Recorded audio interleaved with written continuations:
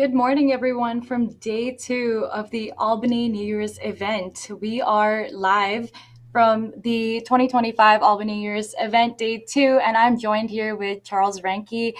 Today, we are here to show you, well, together, four more games. And Charles, it's great to have you back here. Your commentary yesterday was amazing. What are you looking forward to today? I'm looking forward to some more great games of Scrabble. I'm still waking up a little bit, so hopefully no difficult end games requiring exhaustive analysis. Maybe a nice easy one to start things off. But we've got four more games this morning and then four more games in the afternoon, so another full day of Scrabble action for everybody out there on the internet.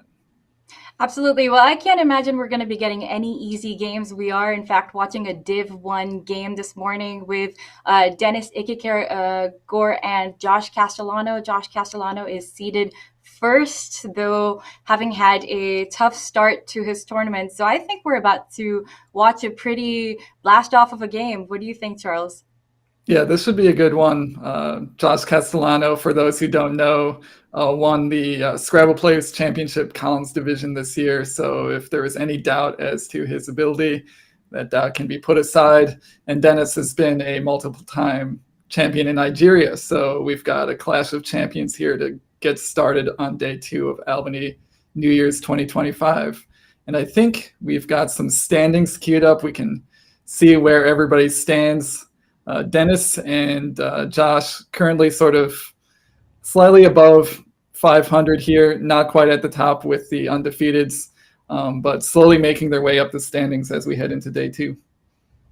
And this is actually an incredible new insight from the Let's Play Scrabble.com streams where we have standings like these where we can really break down the way that our players have been playing. I think it's a great time to go into our little matchup preview with Dennis, who we saw on stream yesterday, playing a great game against Josh Sokol, Joshua Castellano. Again, he's been on stream before. They're no strangers to the stream. So if you think that these might be the kind of players who are maybe terrified or stressed by being, under the camera, this is not the time. I think they're about to give us their best, and we're about to be quite impressed by their word knowledge, I think.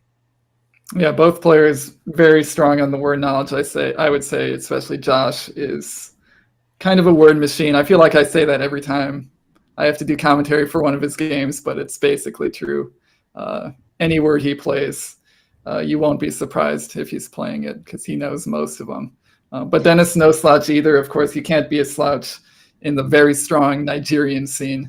A lot of very good players over there too. So to triumph over all of them is definitely a very impressive feat. Oh, completely. And I think this might actually come down to all tiles remaining equal. I think this may come down to a head-to-head strategic kind of interface.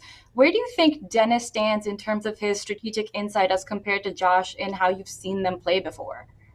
So we've seen Dennis on stream a few times before, always seems to play a more defensive style. I think that's typical of Nigerian players, although, of course, all these players are comfortable switching it up as the tiles dictate.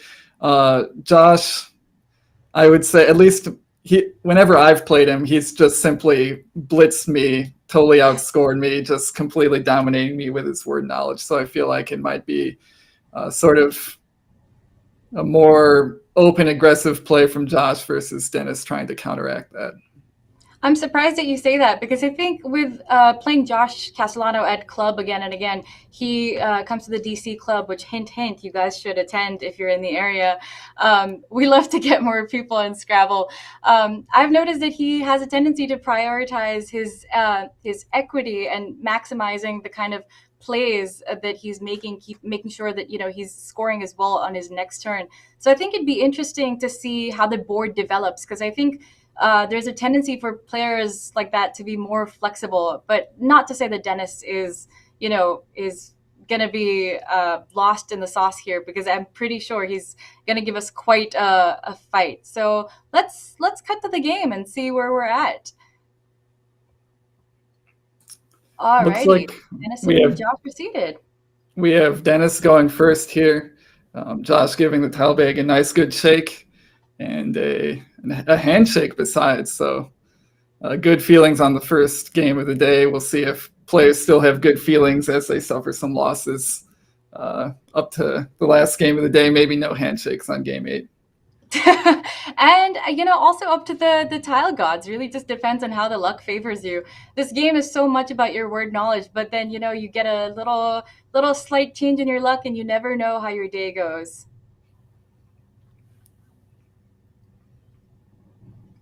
And I want to take this time to thank, Let's Play Scrabble and our sponsors for a stream as incredible as this. We've got Bob Lynn, another DMV area player who's made this possible for us by sponsoring the stream. So thank you, Bob. This is one of the reasons why we can have incredible streams like this. We can bring these games to you and we can have these complete breakdowns of strategy, of equity, and incredibly, Dennis goes quickly to an exchange where I think perhaps maybe just playing through his rack may have been fine. I mean, what do you think, Charles? This was quite quick.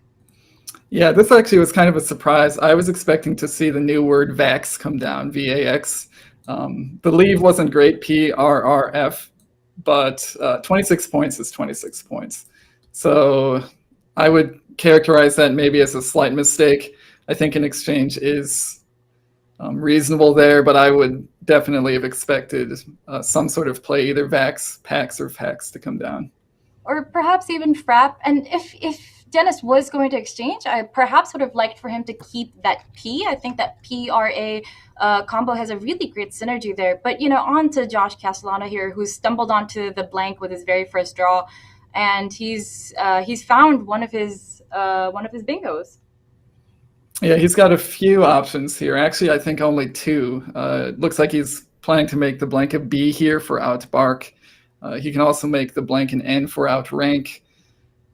He just has to do a little bit of mental calculation to figure out the optimal placement. Of course, the K going on the double is going to be his primary concern, and he's laying down outbark. We do have a challenge or a blank slip cam, but I think we know what this letter is. This one is a B, and he's hit his clock. So a nice 80-0 start for Josh in game 1. Dennis certainly lucked out with that exchange of his. He stumbled onto a very high-rated bingo, but even if he doesn't play that, Josh has actually given him a spot to play all the way to the triple by starting with that T. Do you guys in the chat want to try and find that? Yeah, we won't spoil every single bingo, but it looks like Dennis is immediately, this is another sort of Nigerian hallmark, is playing very quickly. It's just deciding on all rates. Collins only, 7-letter word. NWL viewers might know the word all rate or R-rated, but Collins, you get all rates as well. So this is the same amount of points as the bingo down from the T. So not a huge amount of difference there, and I think it's a good idea to just make a play quickly and save your thinking time for turns that might be more difficult. Absolutely. And I really think that Josh must have some great, luck going for him, because he's seen his immediate bingo. He's just pulled it straight out of the bag. Totally a shot in the, completely a thing of luck, and he's got it down almost immediately, which is exactly what you want to do in a situation like this. You got a bingo, you put it down. Yep, and he's displaying no hesitation whatsoever, knows it's a word, trusting his word knowledge. It is a little bit of a strange one, Vinosity, but gets it down quickly, and looks like no hold or anything, so back over to Dennis. Now would be a great time to see Dennis's board vision, because he has 2 fantastic plays now that Josh has given him that S. He can play gastrula, which, is a word that Dennis would be aware of. But with that R, he actually gets a 9-letter word through those 2 tiles. Yeah, that's not a word that I would see under most circumstances. I think under nearly all circumstances, I think you would have to tell me that there is a double 9-letter word before I even had a shot of finding it. And that 9-letter word is gastrular. So gastrula is a word that some players might know as an 8. it takes an R. If you haven't studied the nines, you might think it takes an R, but it would just be a guess. And I'm not sure if Dennis has studied any 9-letter words. I'm actually not sure if either of these players have studied any 9-letter words. But if you see gastrula, you might be tempted to try gastrular. And I'm interested to see if Dennis actually spots this. It is not an intuitive place to look on the board. So I would not be surprised at all if Dennis just overlooks the spot. I mean, it's not very easy to see that at all. I mean, especially through 2 tiles, you're not really expecting to have a double-double there. So I respect his play of Ragu. Perhaps Gula, Gula above Vinosity would have been slightly better, getting rid of that L, because I think ART has a better synergy and it's the same score. But Ragu is pretty good here, I think. Yeah, I think I do like Gula a little bit more. Putting the R in the triple line, maybe not what you want to do. Then again, Dennis is playing from behind at this point, so maybe he does want to keep the board a little bit more open. So I think this is a good idea. Try to keep bingo letters and hope to get a bingo soon. He's still down by about 60 points. That's a really good point. And Chad has pointed out that Josh now has the word hazier to the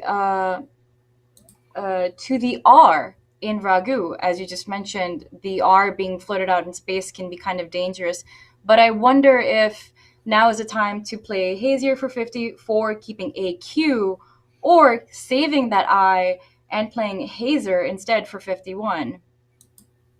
Yeah, that's actually a good point. With the Q on your rack, you want to keep a little bit of flexibility to be able to play it in a future turn. And so I think sacrificing the 3 points to play hazer instead of hazier is a good call. There is a nice, well, it's an okay QI spot above Vinosity. You can drop your QI for 24 points. That's a good backup plan to have for your next rack if you really feel like you need to get rid of the Q. So for those reasons, I'd be thinking that Josh is looking at hazer here. But I think either play is great. Just really needs to hit that spot, make sure Dennis can't hit that spot, and he should be in pretty good shape in this game. That's true. And I mean, yes, Josh definitely has a spot for another high scoring word, haze, where Gula would have gone on row 5, right above Vinosity. But I don't think that Josh is about to play that. It is 54 points. It keeps that I, so it's 3 points more than hazer would be.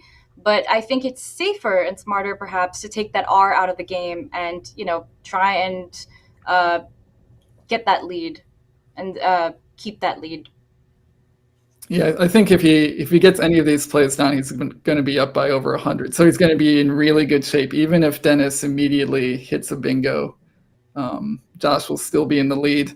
One minor downside of either hazer or hazier is it creates easy lanes for 7-letter words on row 2.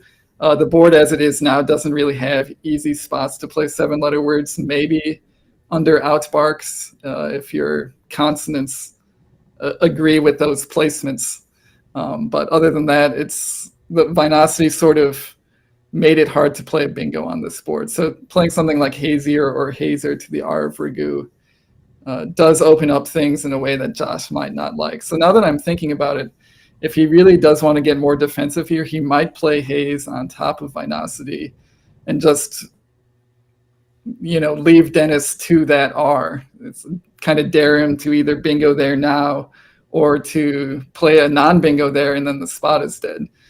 So that might be what Josh is thinking about here. He does have high-scoring plays available, but they do different things to the board, so he's got to think about how he wants this board to develop. That's fair. I mean, he has spotted his highest scoring play, his best equity play, and he's going to go with this. I think you had a really good point here that, take the points and, just dare Dennis to try and hit that R, see if it's possible. And we see, Josh has not hit his clock. So, I guess we see the thought process playing out in real time here, where he's aware of both spots, and he put haze down on the board in the lower spot, sort of visually scanned it, sees how it makes the board develop, and decides he likes this better. It's really tough to make decisions like these at when you're ahead, because you really do want to make sure that you're not going to give up your easy lead. Here's the thing, though: Josh, playing hazier, has made himself another spot for the Q. If he draws an I or a T, he could have played cat. Of course, valet is going to go down in that spot right now. Cool 40 points, which is Dennis's obviously best play. But that would have been a great spot for the QA combo, QAT combo, or QI, something to go down, had Josh been able to pick that up out of the bag. Yeah, that's another good upside of hazier, as you said, Nits, is just setting up more higher scoring Q spots, maybe aiming to score 36 or 40 with the Q rather than 20. We see Dennis play valet here, which is a really nice play. It scores 40 points. It's kind of hard to imagine that just a simple overlap play like that could score 40, but it does. The major downside of this is it leaves Dennis down by bingo, and now with that V sitting out there, it's really hard to play a bingo on this board, at least as a 7. You're basically looking at the letters of outbarks, hoping to get an 8-letter word. That's really the only bingo spots on the board are sort of in the bottom half. So it's going to be tough for Dennis from this point forward, especially if Josh starts to, close things down even more. We see that he did draw an I. Josh has an I on his rack, so I'm guessing we're going to see Chi get played here. He just needs to get rid of the Q. Do you think he should play Chi, or do you think he should maybe just play EA, making Zee and Ita? I mean, it does set up a really easy lane for Dennis, so maybe it's not a good idea, but God, that leave is so much better than AAEEF, which is what Josh would be left with if he played QI. Do you think his lead is good enough for him to risk EA here? Yeah, I think he would want to avoid setting up an easy lane for 7-letter words making Z's. Just for that reason, I'm kind of doubting that he would make that play. Also, it's worth noting that 3 of the U's have already been played, so there's not a lot of upside for the Q. It's not really going to work out for him to keep the Q multiple turns. So I think this is pretty standard, just to move on from the Q and hope that you draw something good to this kind of inflexible leave that has a lot of duplicate letters on it. Absolutely. And I see that Dennis is immediately making his move. He's spotted his top scoring move here of GEE. It also gives him a lane to play hags once, if he's able to draw an S. So seems a pretty clear-cut kind of move here. I think the other thing that he could have played is T, but there's no reason to keep the G on his rack when he could just play GEE for 32. Yeah, I think this is a really good play, and that's why he played it so quickly. It does exactly what he wants to do. It keeps decent letters, but most importantly, sets up a new lane for 7s. We see he did draw an S, so that was, I think, one of the 2 remaining unseen S's. So a little bit of fortune there for Dennis. He's not dead in this one, down by 62, but he's probably still looking to try to get a bingo as soon as he can. And now to Josh, he's stuck with a lot of duplicates. And, anybody who has studied equities like Josh has knows that duplicates are nothing that you want to see on your board. The F, the P, the W put together, they're kind of clunky. So I imagine he's going to want to get rid of these duplicates. What do you think of something like Pawa making VAU of Vinosity and outbarks? So PAWA making WO and VAU. It puts that P out in space, which might seem a little dangerous, but it does get rid of his 2 A's and his W. Yeah, I think that's a pretty good scoring play, and actually his best scoring play available to him. Downside of that, it opens up the triple for access to 4-letter words. But maybe if you're Josh, you don't really care if Dennis gets like a 30-point play in that spot, because that means Dennis isn't bingoing. I'm curious if Josh will do something like that, or if he's just going to try to play more defensively, maybe more towards the interior of the board. But really, there's very little that he can do that doesn't open things up for Dennis. He could do something like FAS, FAS to the S of Vinosity. Keeping the P and the W and 2 E's, it's not a good leave. It doesn't score a lot of points, only scores 18 points. But it doesn't give back anything to Dennis. I'm also wondering if Josh has sniffed out that Dennis has an S. We know he didn't have an S when he played G, setting up that or creating that nice S hook, but he did draw an S, and Josh might be trying to decide if there's some way to disrupt that spot in any way, like maybe involving turning G into a G. Maybe he'll just play VAW, making a G to disrupt that S hook. I wouldn't be surprised if a play like that comes down. That's interesting. Except, I mean, I'd say it doesn't really get rid of that S hook. Though it does, I mean, though if Dennis does play, he won't be able to fit a bingo in there. So that's true. That's a really good point. I guess, I mean, Va would make sense. I wonder if Josh is just going to do what you suggested, which is play Faz, because it's, play on the interior of the board, don't give much back. The hag hook, it's going to be there. There's not much he can do to stop it without scoring less than he wants to. Though he's going towards the P and the W on his rack, so he seems to be, maybe he's looking at just paw.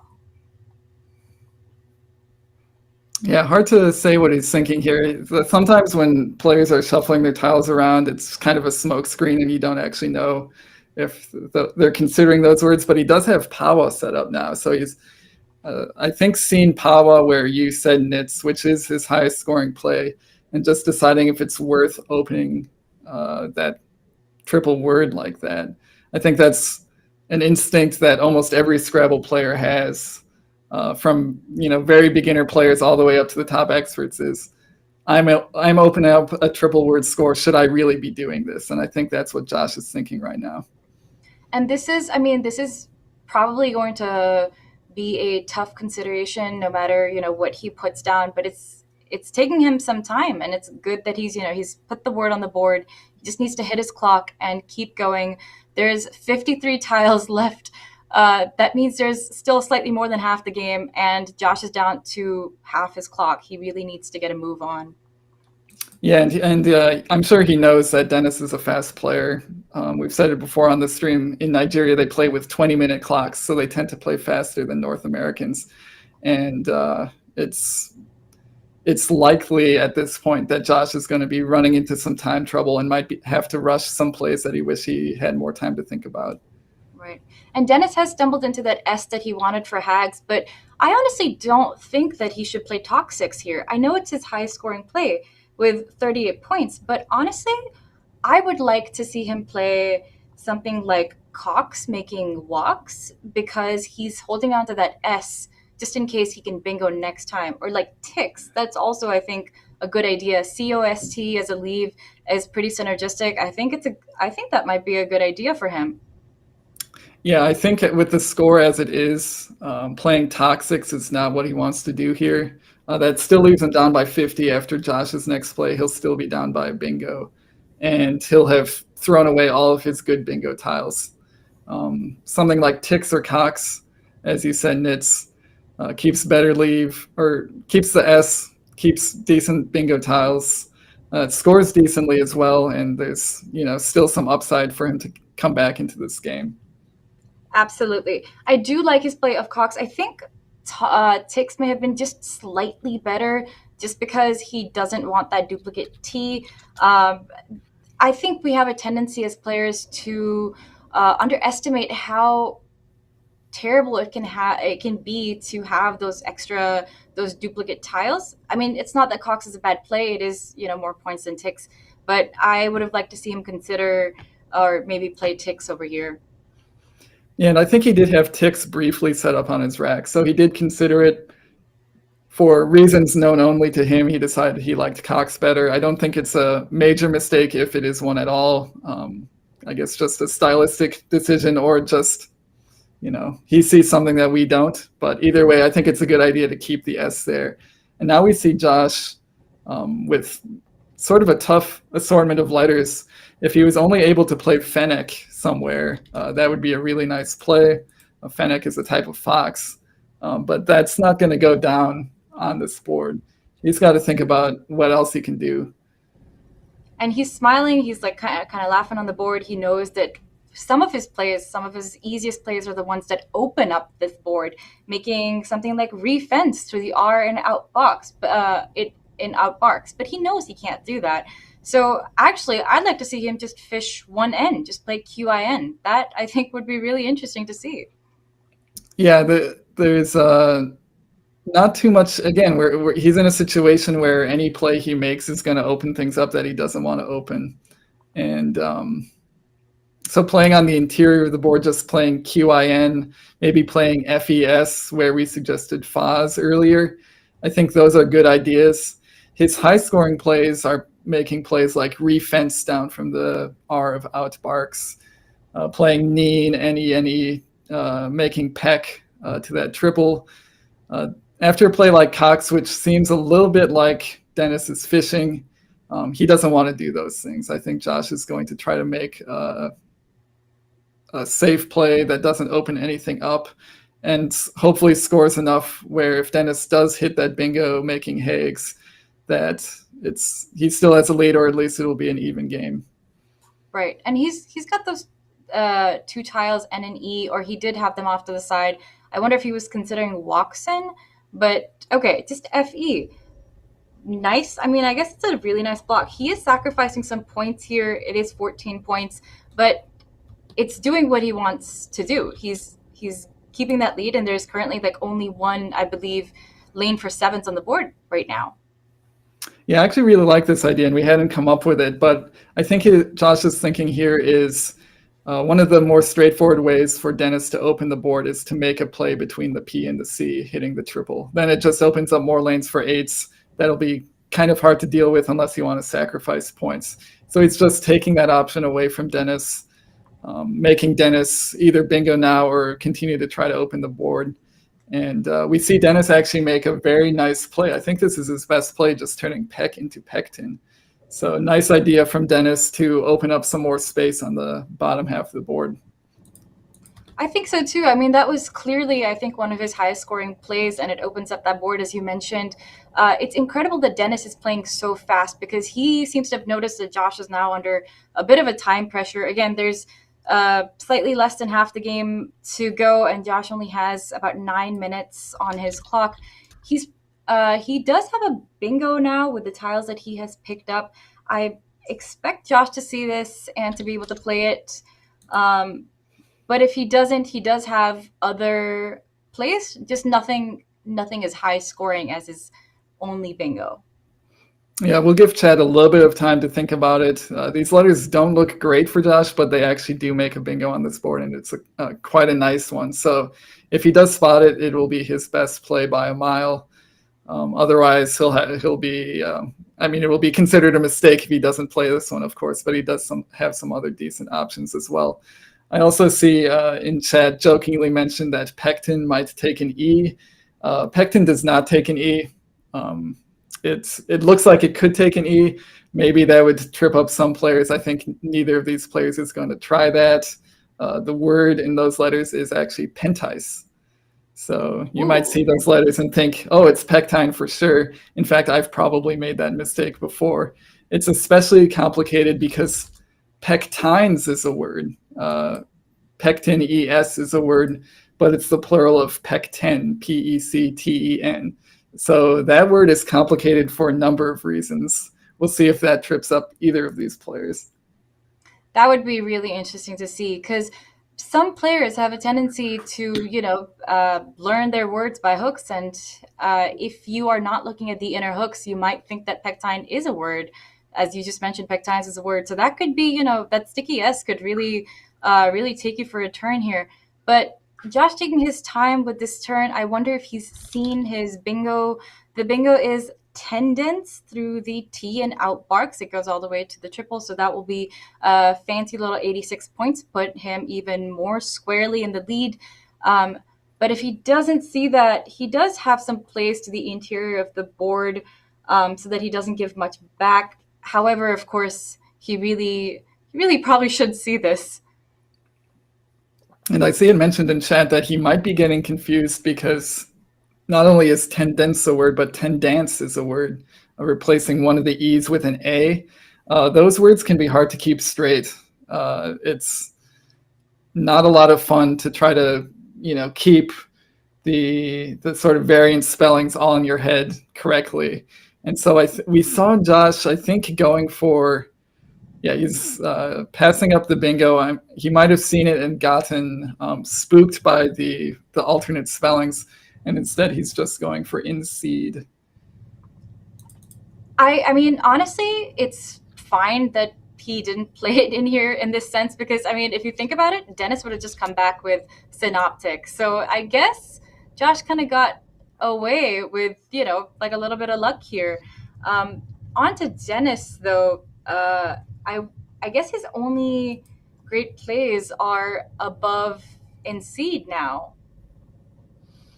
Yeah, it looks like he's going to want to get rid of the P and the Y at the same time. He doesn't have anything nice from the D. So Josh, again, kind of dodges the bullet there. Looks like Dennis might be looking at Pony or Pioi or something like that. And I think going back to Josh's last play, I think making a play like in seed is kind of tough because it does just give up easy lanes for 7-letter words. It's blocking a sort of a marginal double line starting with the I, but it is giving back a lot. So I think Josh was really struggling on that turn to come up with something that he liked. And I'm guessing that in seed was sort of not what he wanted to do, but he did need to do something. Right. And Dennis coming down with Pioi, I wonder if this is going to bite him because we can see from our screen that there's only 14 vowels and 22 consonants unseen. There's still quite a lot of tiles left to go, but that ratio kind of gives me some pause. I would prefer to play Pony here just because of how many vowels I'm expecting to pick up. So I hope that Dennis is not falling into a consonant overload here. Oh, yeah, we see it. Just as you say that, Nits, Dennis falls into a consonant overload. Meanwhile, Josh's bingo, while it looked like it might have gotten blocked by Pioi, still plays in that spot. He could also hook Pectin for Pectins, but he's taking the 2 extra points to play it here in a little bit more of a defensive spot. And this is going to make Dennis's comeback really, really difficult. Absolutely. I mean, I guess he could. This is tough. I mean, the obvious play almost seems to just jump out as birth, but I don't think that's what he wants to do here. I think maybe instead of birth, which is like it's the easy, obvious play that you see, maybe banned through the A and lesbian might have been good to set up as H. Yeah, that's actually a nice thought, and band keeps a slightly better leave of RST versus this play keeping DNS. But he does go for birth relatively quickly. He is opening up a triple line, which Josh will need to address. It won't be too hard for him to address it. He's got plays in that spot. So no real concern from Josh's POV at this point. He's still up by over 100. Especially as he's seeing his bingos. Yeah, amazingly, I was thinking his letters are so bad, there's no way he could have a bingo. I won't even think about it. But he actually does have 2 available here, both through the T of birth. So now he's probably thinking, how sure am I of either of those words? If I play a phony here and it gets challenged off and Dennis triples or even hits a big bingo through the H, I could still lose this game. So, but he's confident of this one. Outroad is one of his 2 valid plays, and I feel like that's gonna be the end of Dennis's comeback chances. I mean, that's just sometimes just the way that the cookie crumbles. There's really not much you can do. You get the opponent that you do, you get the tiles that you do, and you do what you can. And, Dennis has really been taking advantage of how much time he has. And now, he's going to get a bingo down pretty quickly. You do what you can with the situation that you get, like you only get the tiles that you get dealt. Yeah, we know that all too harshly in Scrabble. Sometimes things just don't go your way. Dennis does get a bingo down here, making the blank an A for addings. He could have scored a little bit more here if he took advantage of the fact that Hague takes another G. You can spell Hague with 2 Gs, although I think it means something different once you do that. He could have played sodding but it's kind of a minor difference at this point. He's still down by a lot. And I actually could have sworn that he played Hag with two Gs yesterday when he was playing against Josh Sokol on stream. Oh yeah, I think you're right. Somebody played Hague with 2 Gs, and it might have been Dennis. So maybe he had other reasons for playing this the way he did. But either way, Addings is the play. Josh down to 3 minutes on his clock, but we're in the end game here, and as long as he just continues to make valid words, I think he's going to win this one easily. Absolutely. I mean, there would be times where you'd have to calculate your end game. As you were saying earlier, when we started this game, you wanted a game where you don't have to think through the end game. You don't want to spend too much of your brain power early in the morning on that. And luckily, Josh is not going to have to. He can just pretty much skate by with his highest scoring plays. He's pretty much guaranteed to win, as you said, as long as he plays valid words. This is a tough game for Dennis. I mean, I think perhaps part of it comes down to not saving himself with at least one vowel. I think he really needed that one vowel when he picked up the rack with birth. That was really tough. Yeah, I think actually Dennis played this game quite well. Yeah, as you said, it's maybe the only quibble we have is playing Paioi instead of Pony, knowing that the bag is somewhat short on vowels. If he could just have gone a bingo one turn quicker, that gives him a little bit more time in the game to get another bingo down and get it down on the board somewhere. Absolutely. But he needed all of those things to go right, and Paioi sort of set him back by one turn. And as you're approaching the end game, one turn is a lot of turns to sort of fall behind. But other than that, I think Dennis played very well. I think Josh also had he drew some bingos which needed some word knowledge to find, and he found them. Absolutely. But he also made good defensive plays in the middle of the game to make sure that Dennis's life was as hard as it could be, which is sort of the point when you're playing Scrabble. No mercy. Don't give your opponent easy spots just because you feel bad for them. It's trying to win these games, and we're going to see Josh. We're seeing Josh play majored here, which is his best play. And, we were talking earlier about these players' strategies, and I think the great thing about players at an expert level is that you see them be quite flexible when it comes to, if they're ahead, if they're behind, depending on if the board is closed or open, what they need to do. Because if you're playing just straight equity, you're likely to give back so many spots on the board to your opponent that you don't want them to have, things that will let them jump back into the game. And in this case, Josh kept closing the board down with FE, even though it didn't score that many points. Dennis opened the board up with Pectin. These are small considerations that really change the way that the board, it develops, the way that the game plays out, the way that these players show us their caliber and their tenacity. It's not just about sitting down and memorizing a dictionary. There's so much more to the game. Yeah, that's what makes these games so fun to watch, is you kind of see it happening in real time. The tendencies that players have and their awareness of how the board is developing. And I think that's one of the most instructive things about these great streams that we have, is that we can see the thought processes of these expert players and see how they adjust their playing style based on whether they're ahead or behind, whether they have good tiles or bad tiles, whether good tiles are in the bag or whether bad tiles are in the bag. All of these things sort of subtly shape your game into something entirely different. And it's really fun to watch that play out. I absolutely agree. And, we couldn't have something like this without the Let's Play Scrabble team. So thank you, Josh Greenway. Thank you, Kieran O'Connor. Thank you, Bob Lynn, for sponsoring the stream so that we could have an incredible matchup in front of us so we can see these players in action. Too many years we had these players excelling at these games, but completely hidden away. And now we get a chance to see them live. We get to learn from them in front of us. It's not, as it always was in the past. This is a great learning opportunity.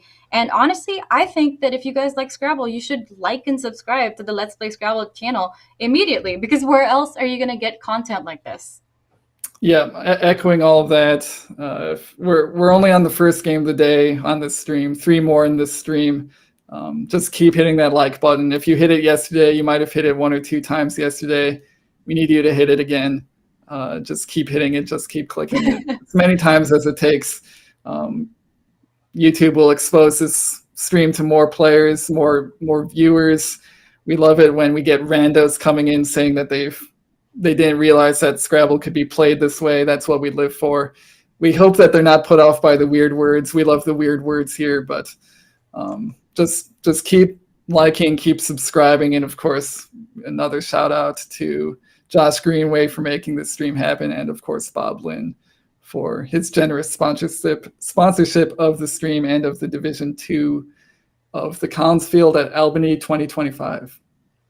And if you want more content like this, you don't have to wait very long because the Canadian Scrabble Championship is coming back. It's in Belleville in Ontario, and from February 28th to March 2nd, you will be able to watch more live commentary. There will be 27 games. The multi-day, it's open to just everyone, not just Canadians. So, go ahead, enter the tournament, watch the tournament, come join us. It's a great Scrabble family to be a part of. Yep, definitely. If you want to play Scrabble, these Let's Play Scrabble tournaments are a great way to get started. Or if you're already a seasoned Scrabble player, a great way to play more games of Scrabble. Always a very well-run tournament. And if you can't make it, you can usually watch it from the comfort of, your home, the doctor's office, wherever you've got a streaming device. It's a great time to be involved with Scrabble. Absolutely. And, let's do a quick cut to the standings. Let's see where our players are at. We can, see what's been happening. And wow, we have, I think we didn't speak enough about Dan Blake yesterday when he went 8-0. And Ben Schronbrun also going 8-0. These are some incredible players. You can see in the red over here that Dan has gained 113 rating points so far. He is just tearing through this tournament, just doing incredibly well. And just, this is the kind of caliber of play that you love to see. You never know who's going to shoot to the top. It's not always just going to be the same players every single time. I think the variety and the variance here just makes the game so much more fun. Yeah, it's a lot more fun to do commentary when you have underdog stories, and definitely players like Dan Blake are a great underdog story. It gives us a little bit of a narrative to latch on to. So shout out to Dan for making our lives a little bit easier as well. It looks like we're still waiting for results from the last round, but we do know that Josh Castellano just dropped a 500 on Dennis and will be sneaking up the standings. And I think for our next game, looks like we're going to be doing a Division 2 game. So as we mentioned, Bob Lynn sponsoring these lower rated players to try Collins for the first time, and resulted in a 20-player strong Division 2 of Collins. And so we'll be checking out one of their games pretty soon. I don't know about you, Charles, but I'm really excited because the way that I see it is we get so many newcomers to these streams, so many people who look at these alien words on the board. And if they only see the best of the best, if they only see players, competing like their computers, I think it may have a tendency to make them feel like, wow, I could never do this in 1,000 years. But you know what? We're not just experts. We're intermediates. We're beginners. And it's so fun to be able to see this game at its different levels, the way that people are approaching the game with the dictionary that they have, the lexicon capacity that they have. Not everybody is going to be a 2,000 rated player. Not everybody is going to be an expert. And I think that makes it all the more fun. It just adds a little bit more style to the game just to see where it goes when, you don't have perfect knowledge. I think intermediate level games I really hope that they're here to stay. Yeah, I think just from a commentator's point of view, it's often fun to change tactics a little bit and look at those Division 2 games. They often have different strategic considerations. It's not just about, having perfect word knowledge, but what you do with your imperfect word knowledge. And sometimes that can make the game more fun to watch. I think we're going to take a short break here as we get our next game sorted out. But I think we will be going to Division 2 for the next game. So, I'm getting word from our producer that we are actually going to stay in Division 1 because we've got a matchup of 9-0 players. Uh, Ooh. Dan Blake and Ben Schonbrun both won their first game of the day. They're both sitting at 9-0. We can't ignore that. So if you were getting excited about a Division II game, we promise we'll get to it shortly. But this is, I would say, Nits a can't miss matchup. Absolutely, I totally agree. Having played both Ben and Blake in the past, I can tell you they're both incredible players. I mean, Ben, when you see him on stream, you know his tiles are going to be completely wacky all over. You know that Dan is coming here with an incredible streak. So I think this is going to be a really fun matchup. I am sure we're going to switch back to Division Two anytime. And yeah, let's cut the quick break and then we'll come back and show you this fantastic game.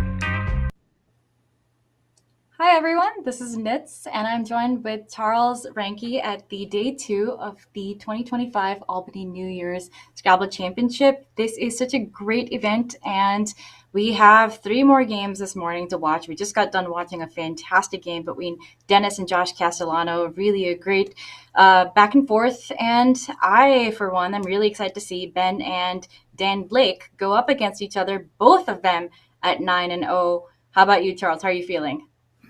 This one should be pretty good. Both of these players have been unstoppable to start the tournament, but I guess now by definition, one of them has to be stopped. I suppose they could tie, but we're going to see either way, one of these players is not going to be undefeated when all is said and done. So I'm really looking forward to it.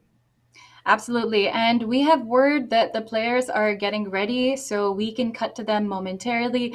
I think this is a great time for us to remember that none of this would have been possible if not for a generous sponsor, Bob Lynn and ASPA Games. So thank you so much to you guys for having this, be an experience for all of us to enjoy. This way we get to see more and more Collins games and take part in this multicultural global community of international Scrabble players.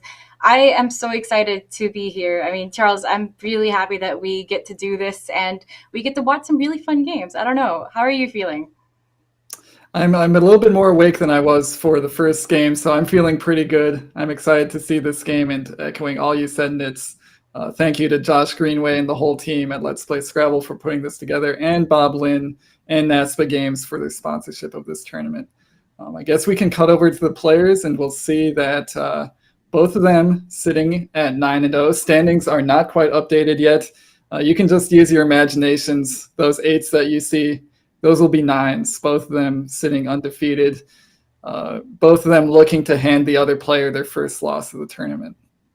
Also with very close spreads, that plus 662 and plus 546 that you guys see, that's the tiebreaker here. And that's why we know that Dan is currently slightly higher than Ben, or at least was with the 8-0. And they've been defeating some really tough players. I mean, look at that. Div 1 is really full of some really strong expert level players. They're not free wins. They're really hard. So, I mean, Jason, here Dan taking Matt O'Connor, who's definitely an excellent player. Ben taking Jason Keller. These are national level players. I mean, I don't know about you, but I think this one is about to be a banger. Yeah, this one's going to be great. I think we can get started here. Both players look like they're ready to go. But as you were saying, it's no easy games in Division 1. Every win is hard fought. So this one will be no different. Whoever wins this game, we know they're going to have to fight tooth and nail to get the win. So we see Ben Schonbrun going first, sitting on the left, drawing tiles. Honestly, I'd be really excited to see this be a close game. Because, I mean, yes, blowouts are nice for the person who's winning the blowout, but I really want to see, the players really just fighting it out tooth and nail. Maybe they won't like it, but I certainly would. Yeah, I think it does make for a better viewing experience if these games are closely fought. So while part of me hopes that there's not a complicated endgame, another part of me hopes that there is a complicated endgame and that we all can learn something from it. Yeah, and Ben's got a clunky rack. He's got this one other tile in his hand. That's a P. If you guys didn't see that, he's putting it on the board right now. I think he's about to play puri, which is a Hindi bread, and it's very tasty. It's deep fried, and yeah, I could eat that every day if I wanted, really. Yeah, anything deep fried sounds good to me. So sign me up for that every day. And Dan has lucked into some really great tiles, especially with that P coming onto the board. And that's given him a bingo. Do you guys see it? This one's a little bit tough to spot. We'll see if Dan finds it. He probably recognizes rather quickly he does not have a 7-letter word on his rack. Those are nice letters, but maybe slightly too vowel heavy. But the P of Puri actually does give him a bingo. So that's his only available bingo. It will be his best play by far if he spots it. I think he has a strong capacity to be able to see this. The P and the R are probably the tiles that he's going to look through once he knows that he doesn't have a 7 on his rack. This is an interesting way that the players have arranged their tiles. Actually, I don't know what you think about this, Charles, because I mean we know that Ben has a tendency to play in what we call Benji mode on Woogles, where the tiles are kind of haphazard. But Dan, I had expected to have his tiles kind of alphabetically, which is what players usually do when they study, because it's easier to study alphagrams and have that pattern recognition. I don't know about you, Charles. What do you think? Yeah, I think especially with good letters like these, my tendency is to alphabetize them. If I don't see bingos right away, especially, I'll be alphabetizing my letters to see if that jogs anything in my brain. I'll even maybe go the extra step of writing some 8-letter racks on my score sheet. Like, for example, on this one, I'd be so paranoid that there's a bingo through the R. And we Absolutely. know there isn't a bingo through the R because both Nits and I have Quackle running, a great analysis tool, tells us all the plays. But if you're sitting in front of the board with those letters, you might not know it for sure. And we see Dan actually does miss his bingo here. His bingo is Aphanese through the P. This is a pretty big miss here, but he is doing something smart. He is setting up another S hook on the board. So I like that. there's some upside here, but he would have preferred the bingo. I think so too. The hone word itself is it's a little. I mean, it's a little dangerous because it takes phone and ohone is a word and shown. So I mean, yes, there's another S hook, but I think maybe ohaya on top of puri might have been a better play had he missed the bingo. So I don't know. I think Ben is going to be able to take advantage of this now. I think he can play something as simple as Cove, making Ohone, and that way, Dan's unable to use that triple word that's all the way to the left. Yeah, I think we'll see here if either player spots that it's sort of an obscure hook, turning hone into ohone, ohone, however you pronounce that. I think that's some kind of Irish interjection or something like that. Yes, an Irish interjection does not take an S. Either way, quite a weird hook. The S hook is quite a bit more straightforward. Dan's play actually does have another bit of upside here, although he doesn't realize it. He blocked overcame through the R for Ben. So if Dan had played his bingo, Ben, I think, would have easily bingoed in response. But the timeline we're in now, neither player gets the bingo, and Ben's got a significantly harder decision to make. I think so too. Do you think he should forego that O hook and maybe play Acme instead, making APO, con, um, Mo, and ER? I mean, he's going with bomb, which seems like a really uh, I mean, it seems like a pretty straightforward play, but it does keep so many vowels. I would have liked to see him consider maybe Cove or Move or Acme above Puri. Yeah, I think a play making all those overlaps, as you mentioned, is a good idea. I agree with you, Nits. This one, keeping 3 vowels and a consonant, is a little bit scary.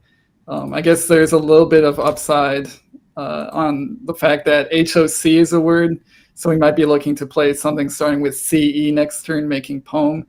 So there is some upside to this play, but maybe he could have tried to keep a slightly more balanced leave. I mean, he'll be fine next turn. He's picked up some really great tiles. But on to Dan. I think we might see another Hindi word come down on the board. I'd like to see Dan play Sahib, making palms. I think that'd be a really good play for him here. Yeah, kind of a strange looking 5-letter word, but would be a nice scoring play here. After his play of Hone, so it's sort of his rack got less bingo friendly, drawing only H and the B as his additional consonants to go with the S, having the duplicate A's. Doesn't really feel very close to a bingo other than having the S and the E. So at this point, just taking the points with a play that burns your S is probably okay. Maybe one other thing he could think of would just be to play something like Ahi above Puri, but that's a significant downgrade in score. That only scores 16 points. But if he's really committed to trying to get a bingo, maybe we'll see a play like that. And we see he's smiling about something. Maybe he's lamenting the situation that he's currently in. I think what'd be really interesting is if he played ABBA, making ARBI and ABA on top of Puri. I think that'd be really interesting. which is I think what he's about to do, because that's going to put refaces, which is I think what Ben is going to come back with, in a in a really interesting position. It gives Ben another another spot to play. Yeah, and actually, I do like this play from Dan because he's keeping the S and the H together. Those tiles do have synergy. I think the H is a better bingo tile than the B. So again, sacrificing a little bit on the scoreboard to make a play like that, but trying to keep slightly more synergistic letters is always a good consideration to have.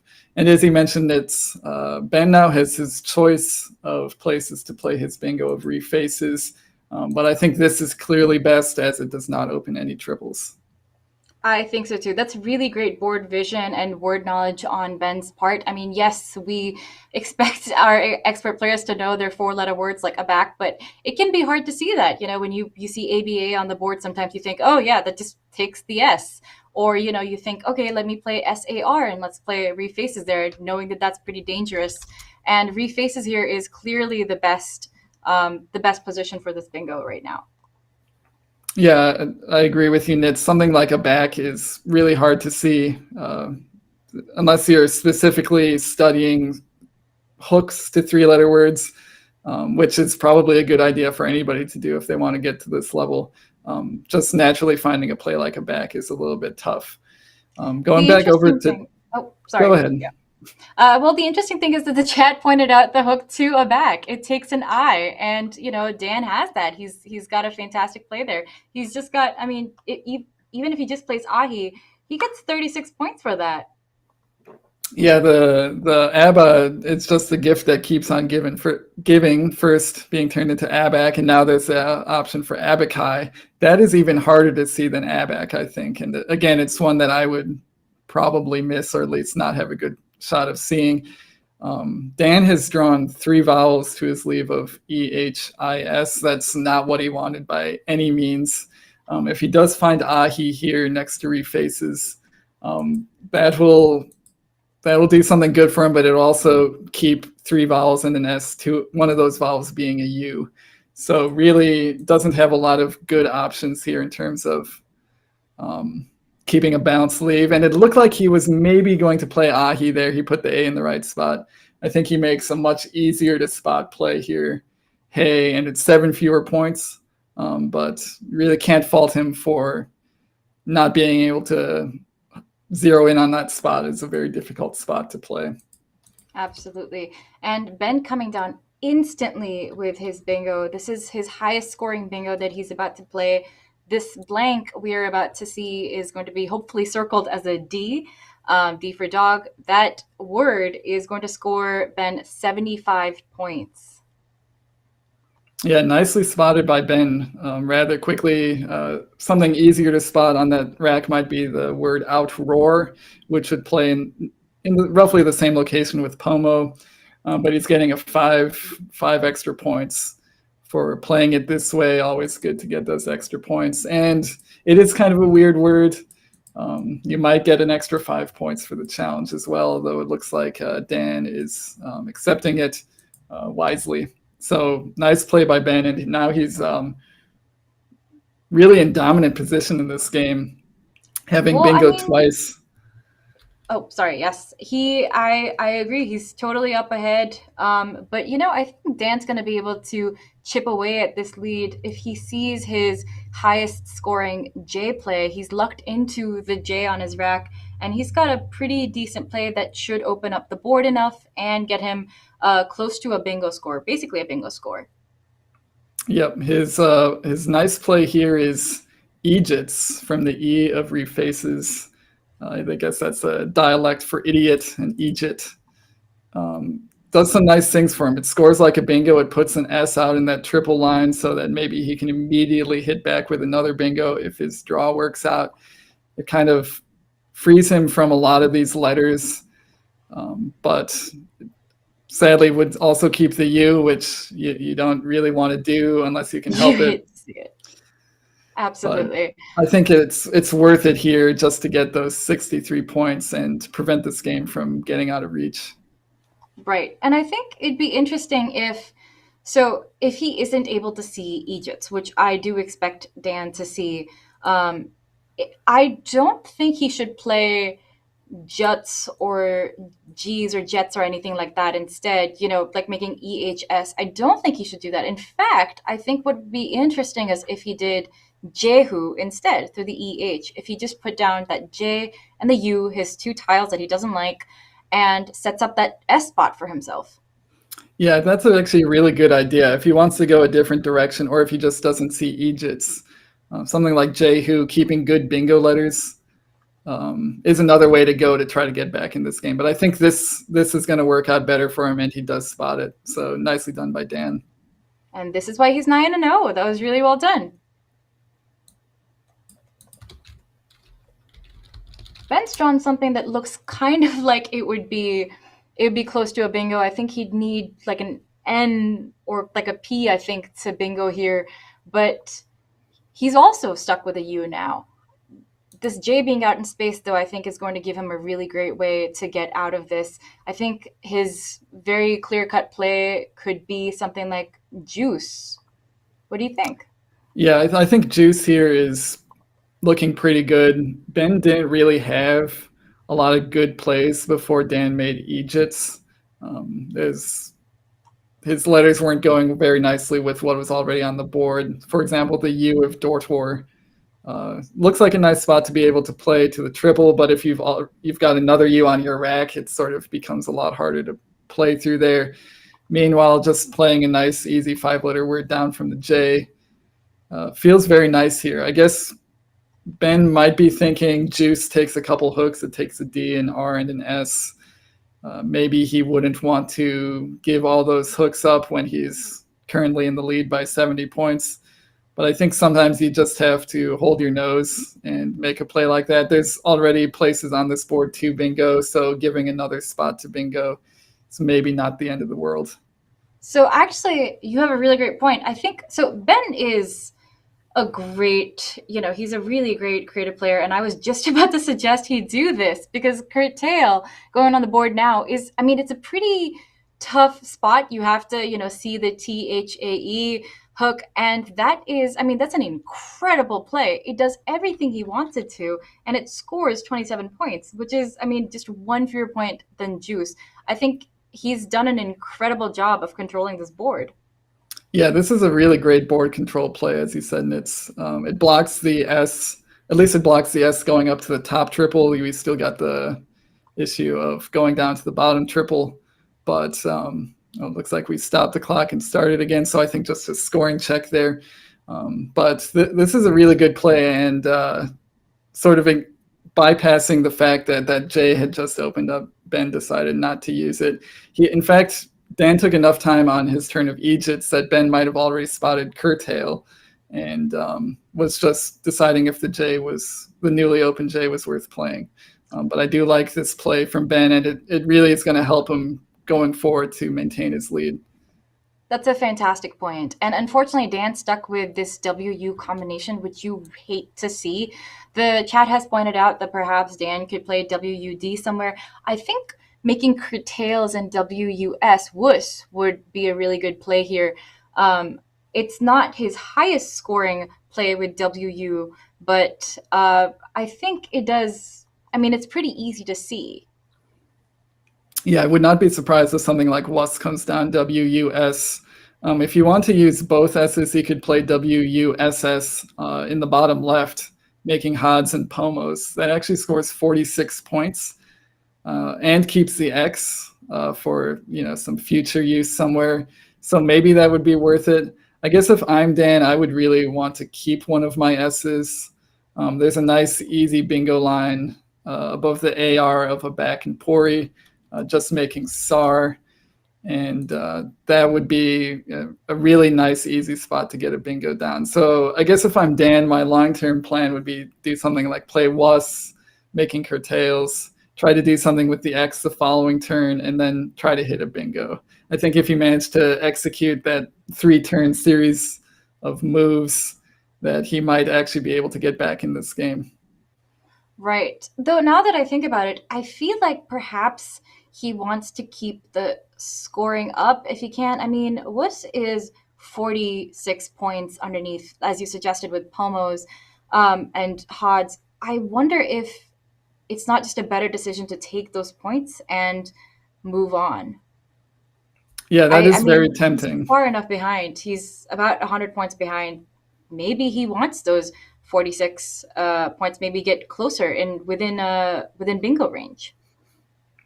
Yeah, that actually that is a very good point. I think there's something to be said for just keeping up the scoring, not giving Ben any chance to let up. We see Dan setting up just the WUS. I would not be surprised if this play comes down. And actually, we see a good point coming in from Jackson Smiley in chat. If Dan plays Was up by curtails and draws an X, or sorry, draws an A, he would get axled, making XU for a boatload of points. But we see him go a totally different direction. I feel like this is probably not correct just because it doesn't score enough, but always a good idea to get rid of the W and the U when you can. I agree. I think that it would have been a better idea to play Wuss just because this, I mean, he really needs to keep scoring. He can't just hope for a bingo because he's still going to be behind. He really needs to score in the meanwhile. But Ben here with, I mean, his top move of a Joan, I mean, he's really not taking any time. He wants to keep that pressure, the time pressure on Dan. And I mean, now Dan's got some kind of clunky-ish tiles. I really hate to see this for him. It's hard to see what he should immediately do. I guess he has a really cool play through the L in curtail. It also it's nice and dangerous. So if he plays Sylvex, for example, to the L in curtail, that puts that S in a really tantalizing spot. It's 64 points. I don't know if Dan's gonna do that though. I mean, it takes a lot of courage to put that S out like that. I mean, Charles, would you do it? Would you take the 64 points? I think I would do it if I saw it. It's not necessarily the most straightforward play to see. The trying to hit a 6 or a 5 ending with an X is not always on the forefront of your mind when you have the X, especially if Dan is looking at just dropping XI next to Voodoo. It's like a very straightforward play, or dropping the X next to the A of a Jawan, hitting the double letter both ways. He's got some ways to use the X here. He might get distracted by that and just miss Sylvex. But if he does see it, I think he plays it for sure. It is Right. scary to put that S out in space like that. Most of the time, you're going to get hit moderately hard. And there's worst case scenarios where you get hit really badly with a bingo or a triple. But I think you just kind of have to play it and hope that the worst case scenario doesn't happen. Best case scenario for Dan would be he plays Sylvex. Ben is maybe forced to play somewhere else for some reason, and Dan gets to use that spot for a bingo of his own. Right. Of course, we That know could, in this, yeah.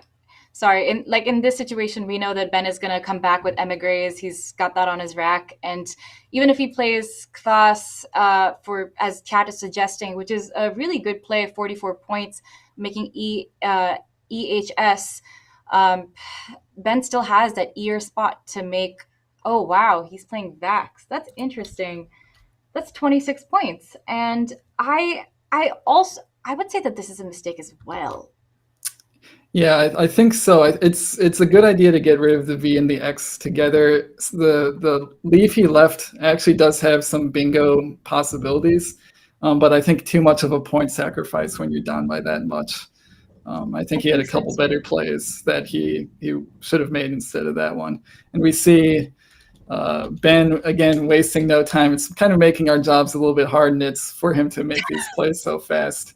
But this is his only bingo, and he basically has to play it. So again, nicely spotted by Ben. And I think this one's getting close to over with the score at 325 to Ben and only 161 for Dan.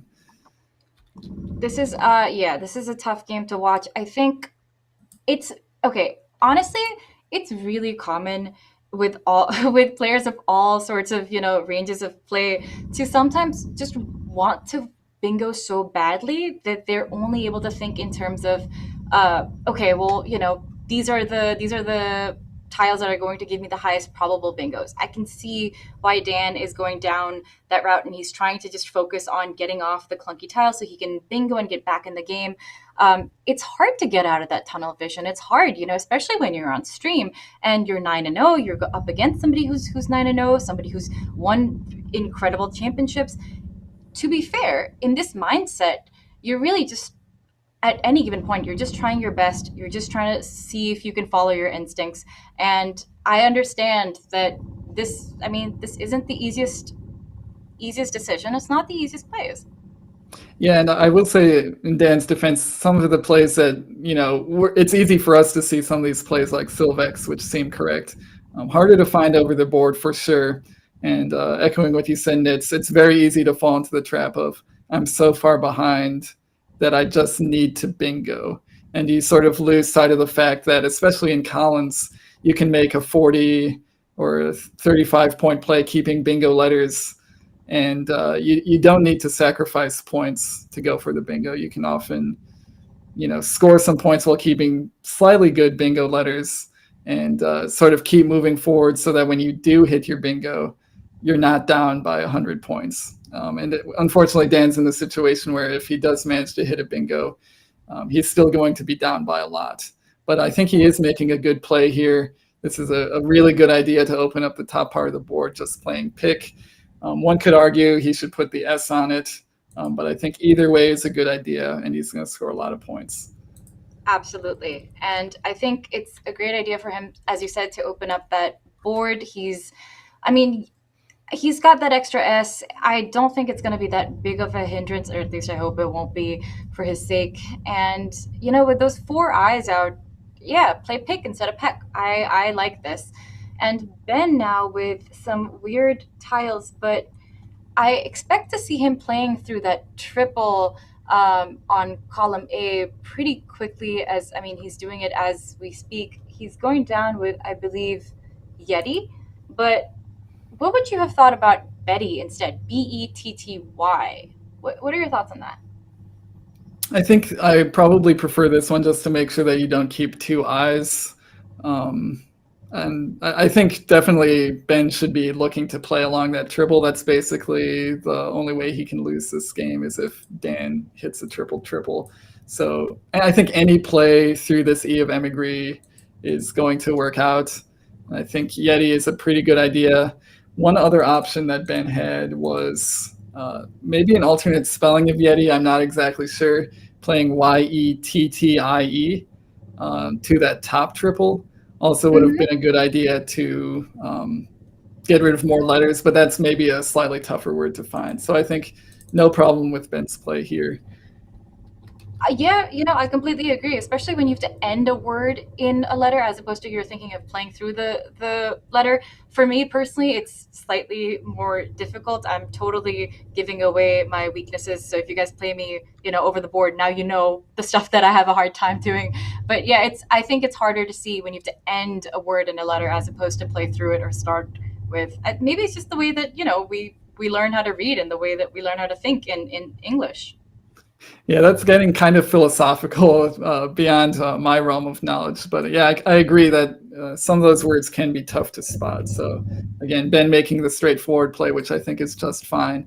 Dan actually does have a bingo on this turn, amazingly through the U. This is kind of an impossible find, very hard to see. Even if you saw it, you might not be sure it was a word.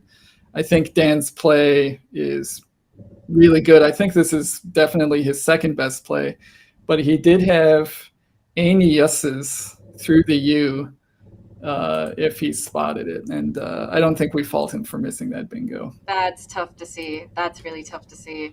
And with the Q coming down, this is, I think, 29 points for Qubit. Dan's, he was already in trouble, but this is definitely hitting hard.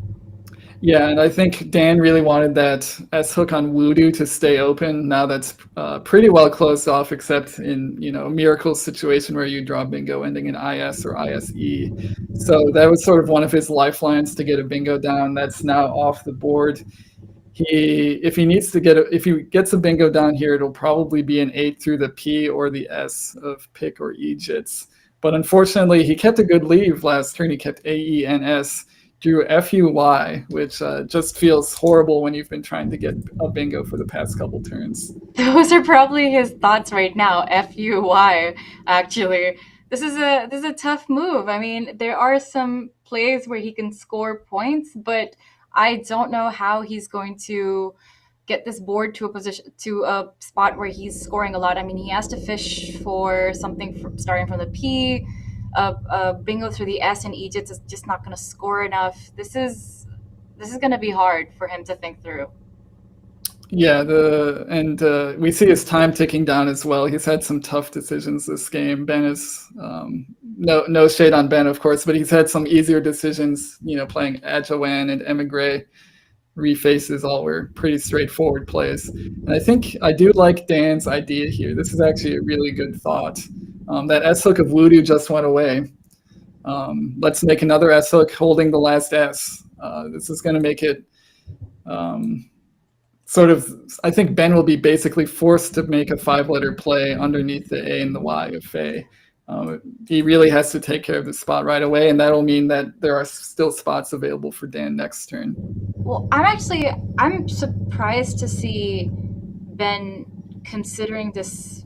Well, actually, no, I'm not surprised. Actually, I do like your point of him having to play underneath so he can block that spot. But what if Ben just plays through with his bingo? He's got dis and roll, and that should put him squarely. I mean, so safely in the lead that I wonder if he even has to worry about taking out that spot.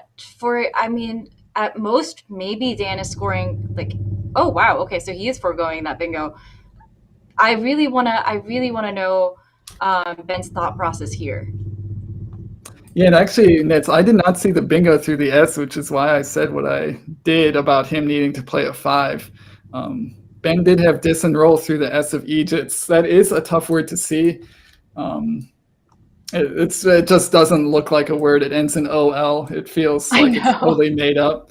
But it is a word, and Ben did have it. But I think he's maybe either he missed it, very possible, or it's just playing a bit safer. Basically, at this point, forcing Dan to bingo either through the P or to bingo through the S with a low-scoring bingo. I think you have a really good point there. Yeah, and also seeing a bingo with the S in the middle of it as opposed to the end, that's kind of tough. Like you kind of expect the S to be completely blocked off. You're not really thinking of, okay, am I scoring there? Yeah. So, and I see also in chat there's some disagreement whether it's a miss or it's not a miss. Maybe somebody will ask Ben in the future, and we'll find out for sure. But either way, Dan had a bingo before. He had bingos that played making ifs. He does not have a bingo available this turn. And with 4.5 minutes left, he's got to make that decision on his own. He's got to come to his own conclusion about whether he has a bingo or not. I say it so often. It's easy for us to say he has no bingo. We've got the computer analysis. He's only working with his brain and 4 minutes on his clock. He's going to spend some time looking here, I think. Yeah, this is tough. I mean, there is one bingo that he can play, but it's not easy to see. It is through the P.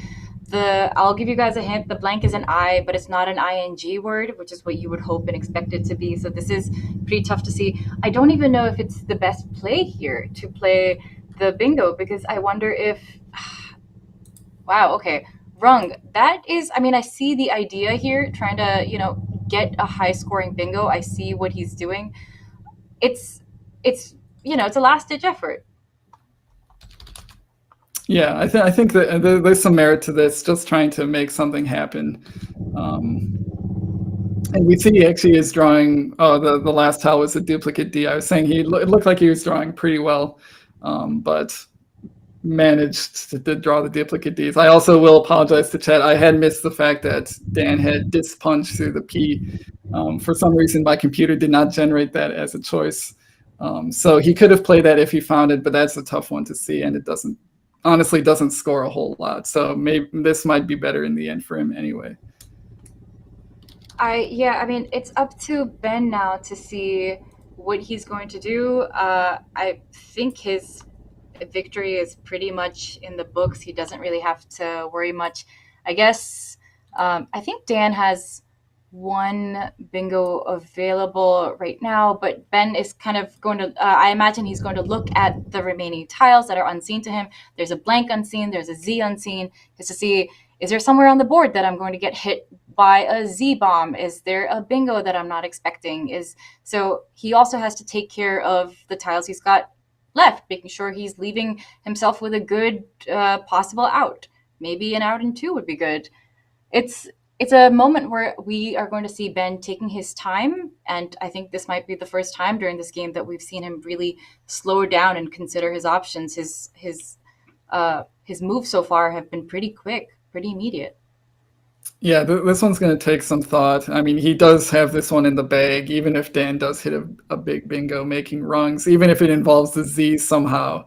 I don't see that there's. Well, I guess I shouldn't say that. If somehow Dan hits like a bingo from the P, doubling the Z, I don't know if such a thing exists in the bag.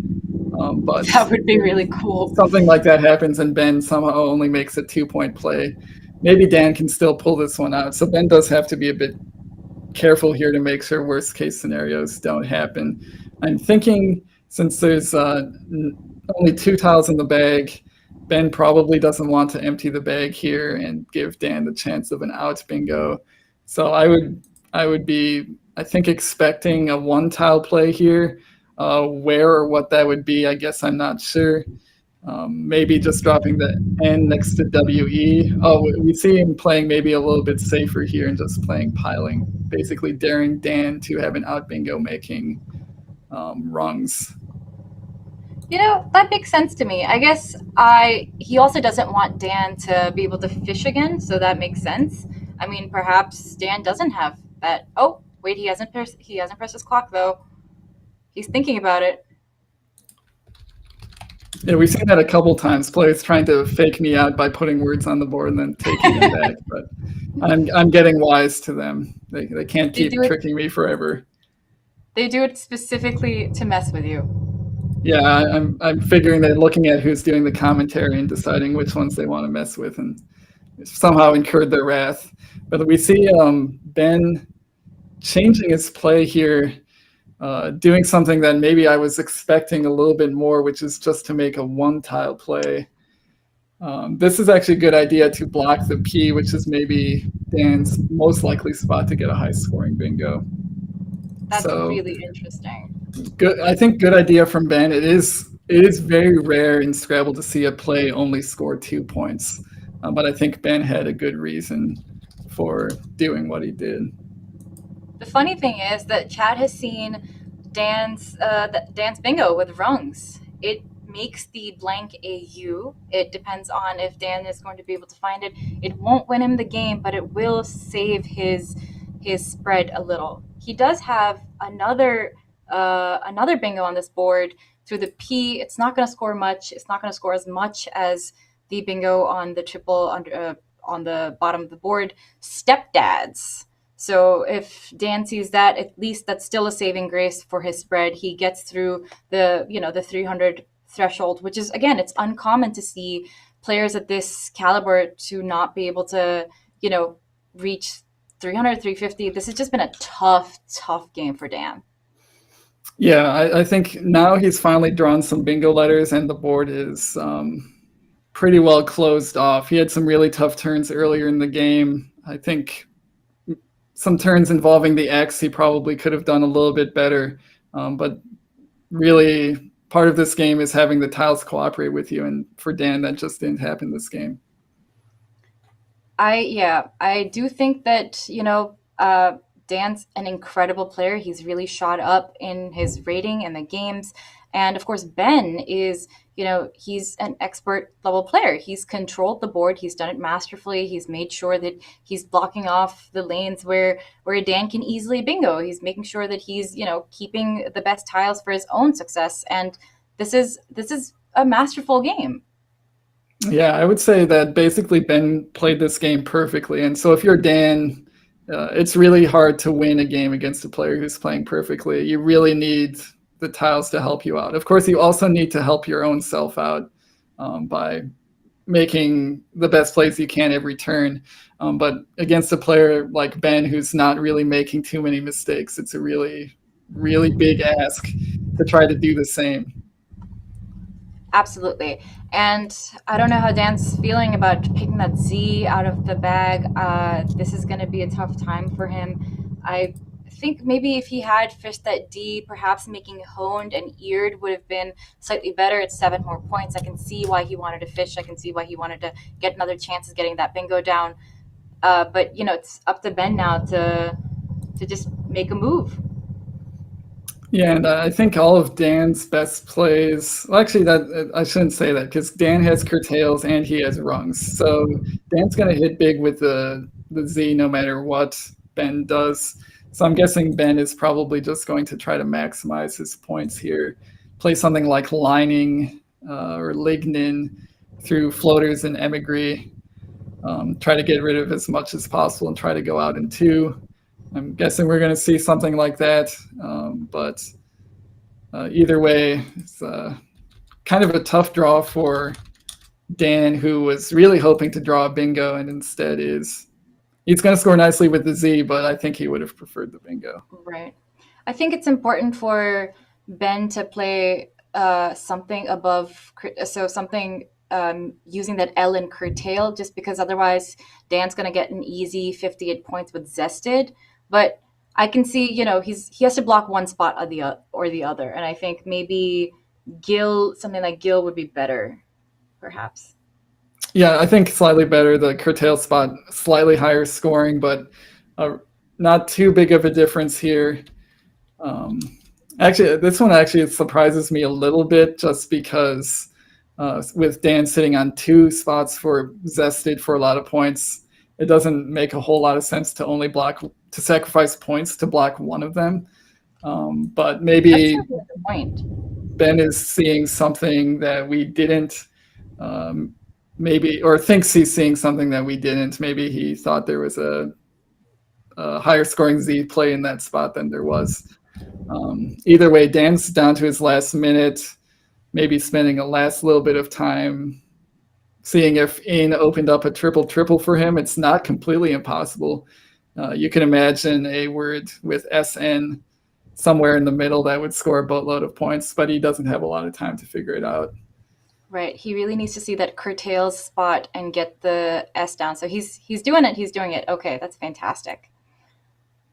He's got zest. I hope he puts the blank and the D down. Yep, there we go. All right.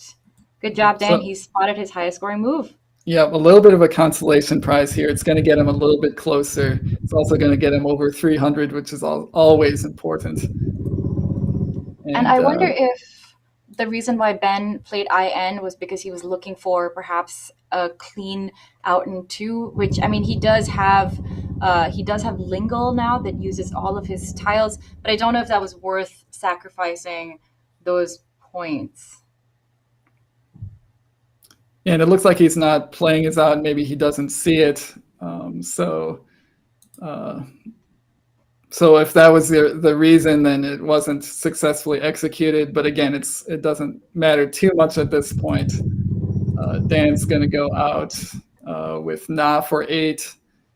And that's going to leave our final score 429 to 359. So Ben wins this one, not by a huge margin. But I think he was in control of this game for most of it, if not all of it.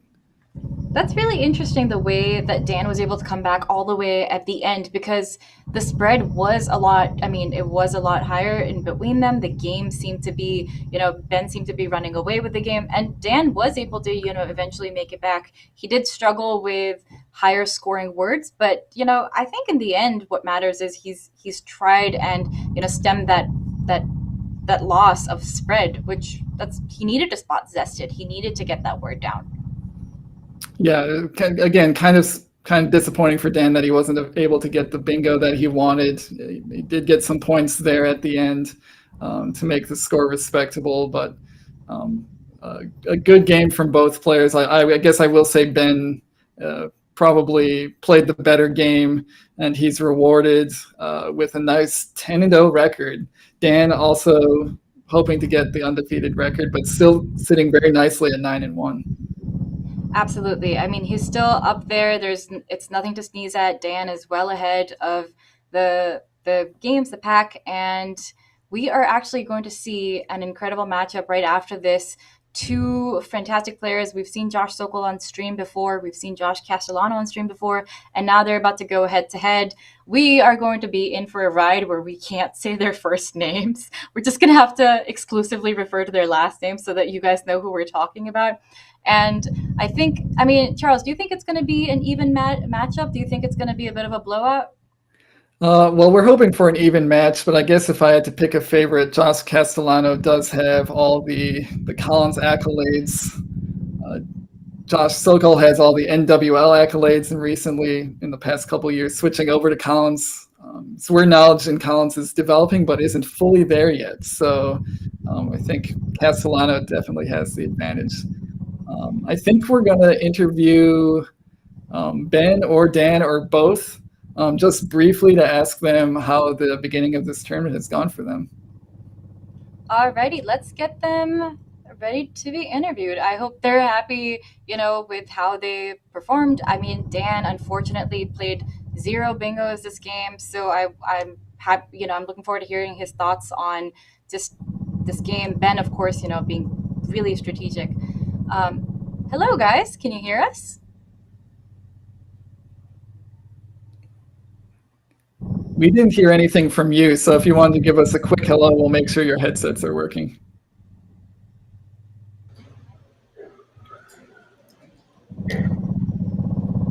Hey guys, can you hear us? Yes, we can. Okay. All right. Congratulations, Ben, on that game, and Dan, my consolation. That was a tough game for you. How are you guys feeling at the end? I was pretty comfortably ahead the whole game. So before anything else, I just want to tell the stream. Yesterday, when I fished off that eye against Austin, if he didn't block it, I would have played extirpate. Wow, that's a fantastic find. I mean, that's really up there. Ben, I really wanted to know, you took some time before playing Donor underneath Faye. Were you considering either disenroll or Donor? Were you thinking, oh, I should probably block this spot? Or were you like, let me just take that bingo, get ahead? I was just making sure, I'm not 100% sure of Doler. I was just, talking myself out of playing that. That's all. I knew I was going to play it the whole time. It's the obvious spot to block.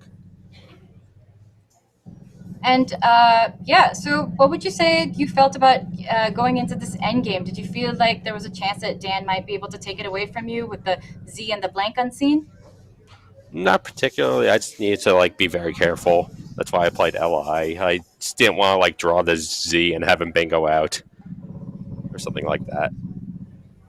So I actually want to hear your thought process on your end game when you played IN, keeping GIN-LL. What were you thinking there? Did you have a plan for an out in 2, or did you feel like that spot with IN was the most dangerous one to block? That's the thing. I really wasn't thinking. I just, in case I mistracked or something, just blocking everything possible. That's fair. And I have to say kudos to you for finding Curtail. That was an incredible play. We were thinking there was a chance that, it's so easy to see that J and think that you could score really well. But Curtail was a really creative find. So great job on that. Yeah, Curtail is a better play than Juice. I did not miss a bingo there, right? I was like, oh, God, this stupid rack. If I miss a bingo, chat's just going to laugh at me. But I was very sure there wasn't one. You did not, in fact, miss a bingo. Charles and I had a really great conversation about this game. So, Charles, do you have, thoughts and comments and concerns about, that we can get Ben on? Well, I think, Ben, you just played really well this game. You were sort of in control from the beginning and controlled the board really well. So nicely done on this one. This is one of my more straightforward games. Most of my games this tournament have been very difficult. But nice to have an easy one. Yeah, my opponents have all been putting up good fights. You kept within 100, with that lopsided draw. So kudos to them. So I think we're going to move over to Dan here and get his thoughts. But congrats, Ben. Thank you. All right, have fun, guys. Hi, chat. So Dan, you started 9-0 this tournament. You did finally lose one, but it had to happen at some point. How are you feeling? I'm feeling pretty good. Still a little bit in shock. I was not expecting to come in 9-0 to start, but the tiles fall the right way. You make the good play here and there, and definitely happy. The games like this happen where like Ben said, he was in control the whole game. And I'm scrambling at the end to try and come up with a miracle 150 point Z bingo, which wasn't going to happen. These games happen. Still 19 games, no, Well, 18 games left. You've been playing incredibly well. I don't think it's just the tiles falling into your hands. Obviously, you've put into a lot of preparation into this. So tell us a little bit about how you have been prepping for Albany or just tournaments in general. I mean, you've always been a fantastic player, but it's really incredible to see you shooting up so high. Sure, thank you. When I can, I've been doing aerolith, Seraphim, things of that nature. Playing online once in a while. Word knowledge, I feel, is definitely the weakest part of my game. So that's just what I'm always trying to build up. But,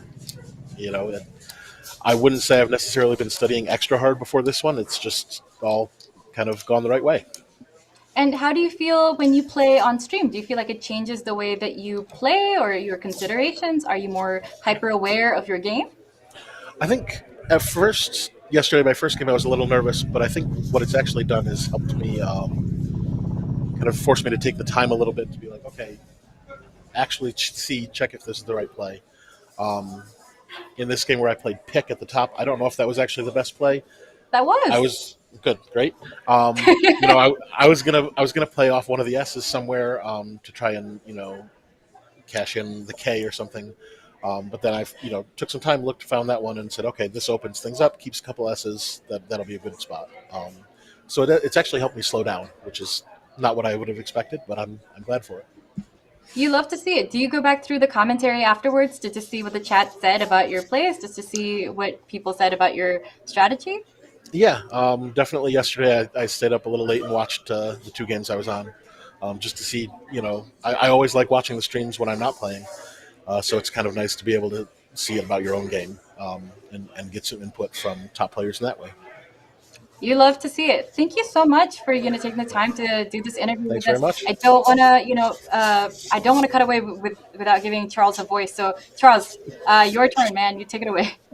Well, I think that's probably it for me, but nicely done, Dan, to start this tournament. Good luck in your future games, and hopefully we see you back here. I hope to be back. Thanks.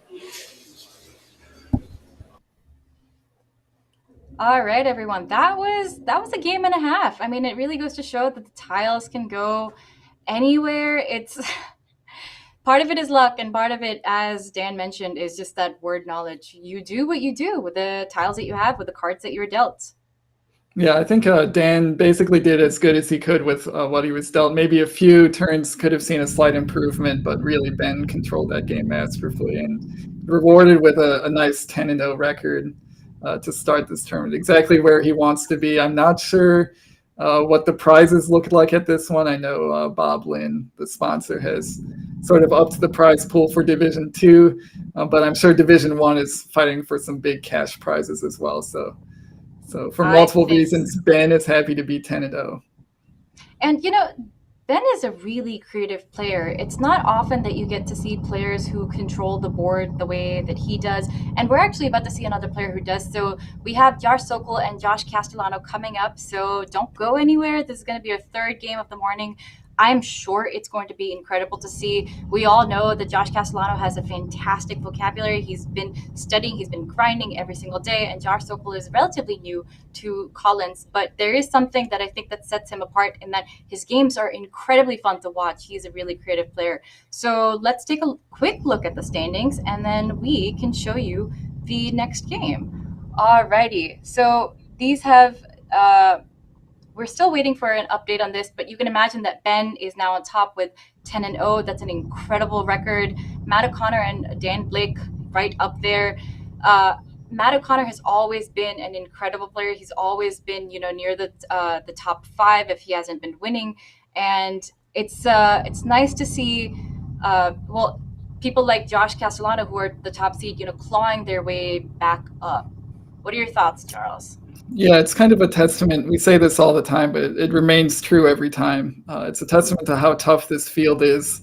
That some players that you would expect to do very well, like Josh Sokol and Jason Keller, are struggling towards the middle of the pack. And when you have a division of as high caliber as this one, some good players are going to do poorly, at least for stretches. But there's a long way to go in this tournament. It's a 28-game tournament. We've only played 10 games. We're not even halfway through. There's still tons of time for the standings to shift around. In fact, we fully expect the standings to shift around. And who's in first now will not necessarily be in first 14 games from now. Although the way Ben is playing, maybe he will just be 24-0 at some point in the future of this tournament. He's just on a total roll. So I think as we get players situated, we want to do a couple more plugs. Nits, do you want to take care of those? Yes.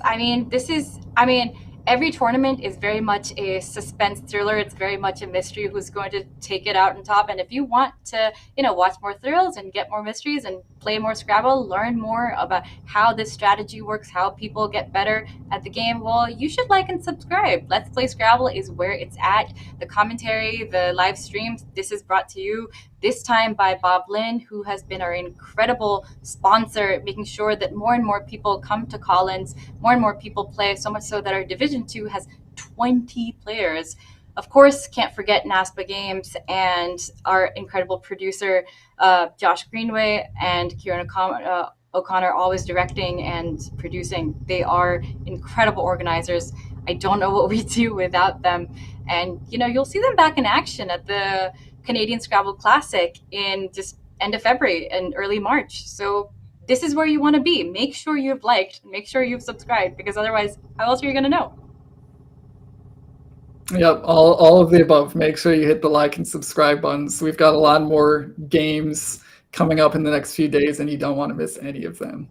But I think we do have players almost ready to go. So let's cut over to the two Joshes. We'll have to remember to refer to them only by their last names. It's going to be a little bit of an adjustment. But we see both of them doing very well recently. 9 wins combined between them in their last 10 games. Oh, wow. And you could see, they're laughing, they're chatting. They've been friends for a while. This, I think, is going to be a pleasant game to watch. They've known each other for so long. This is, I'm looking forward to seeing a really, really fun game. I don't know about you, Charles. Yeah, I think this one's going to be good, no matter who the winner is, no matter which Josh prevails. This should be a good one. So I think we've got Josh Castellano going first, and I think we can get underway. The players have bagged the tiles, and it's up to Josh Castellano. Ooh, always got to remember to say the last name. It's up to Castellano to get his tiles. I think they're just still goofing off. This is the problem with being friends with the people that you play against. So I guess the lesson learned: do not be friends. Right. Yeah. Maybe enemyship or animosity is the way to go. Absolutely. No more handshaking, no more camaraderie, just no more good vibes. We're only here for straight wording. And that is all, of course, a complete lie. We love to see our players being great friends. We love to see them having this great camaraderie, and they come back to each other, they talk, they share their tiles. This is a community and environment that's very open source. It's all about, hey, how can we all get better together? Yeah, definitely a lot of good vibes.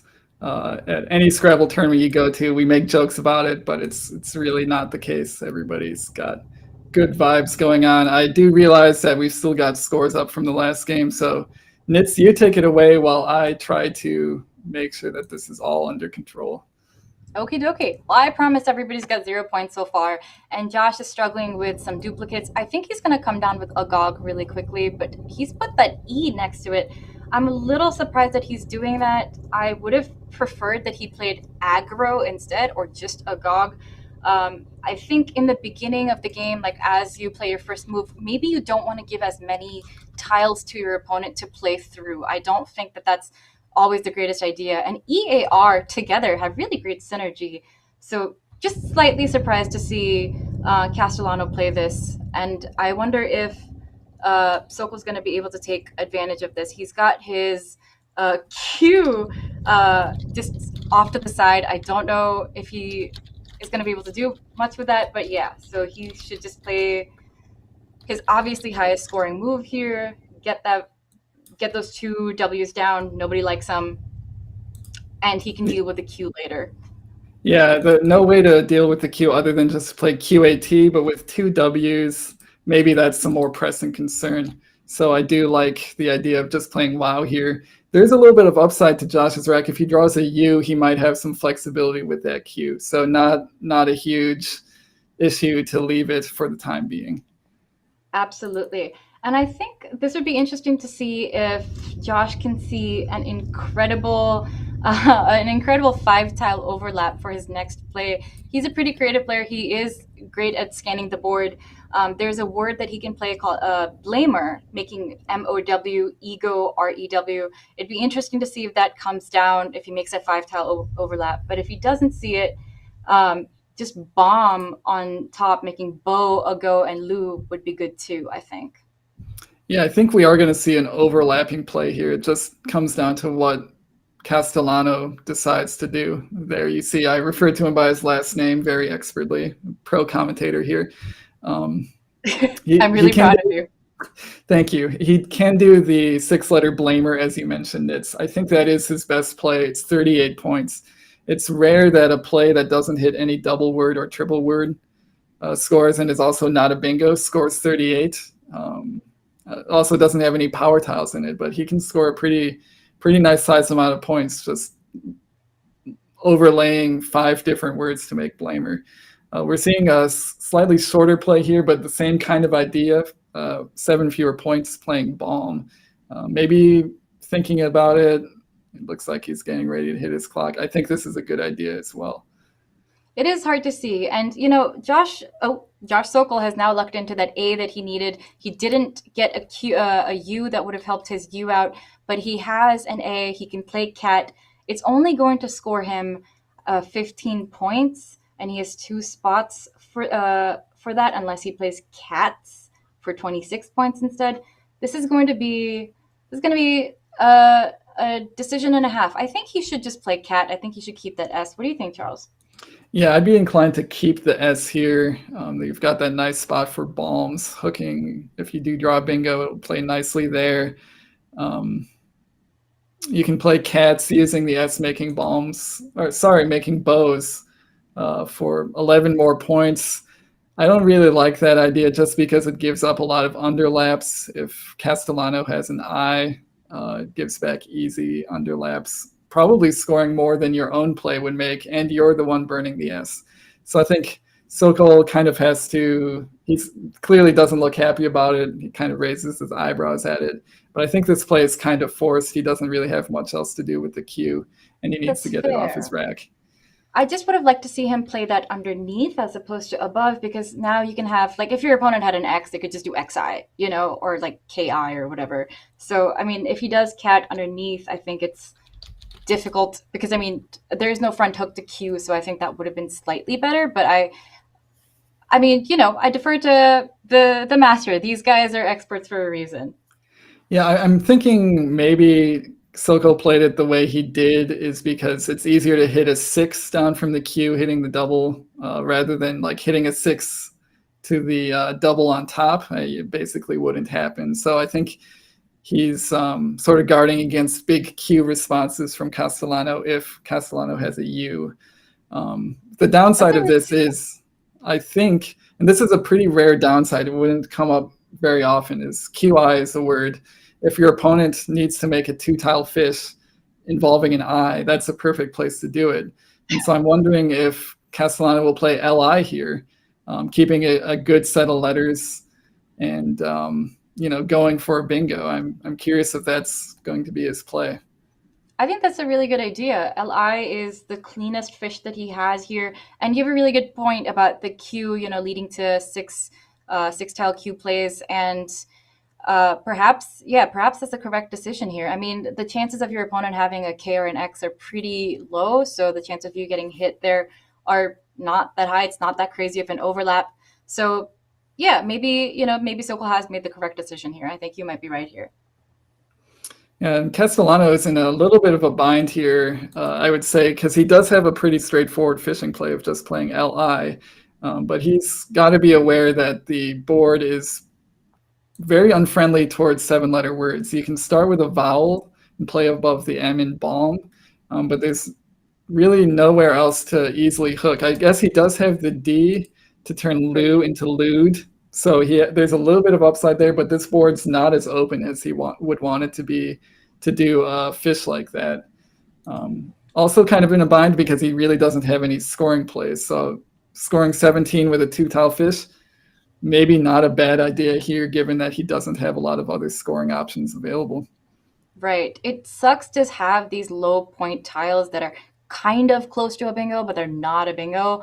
And then you don't score any points with them. What are you supposed to do except fish or maybe blow up Iraq? I think LI is the correct move here. So he's done the math here, and he's come to what I think is the correct answer. If there can be correct answers in Scrabble. Right. It's always up for debate, but I think I agree with this as well. It's not a perfect play, but given his options available, I think is his best play. And I think we will see Sokol play a bingo in response. He's drawn some nicely flexible letters. Makes a couple 7-letter words here. He just has to pick one of them.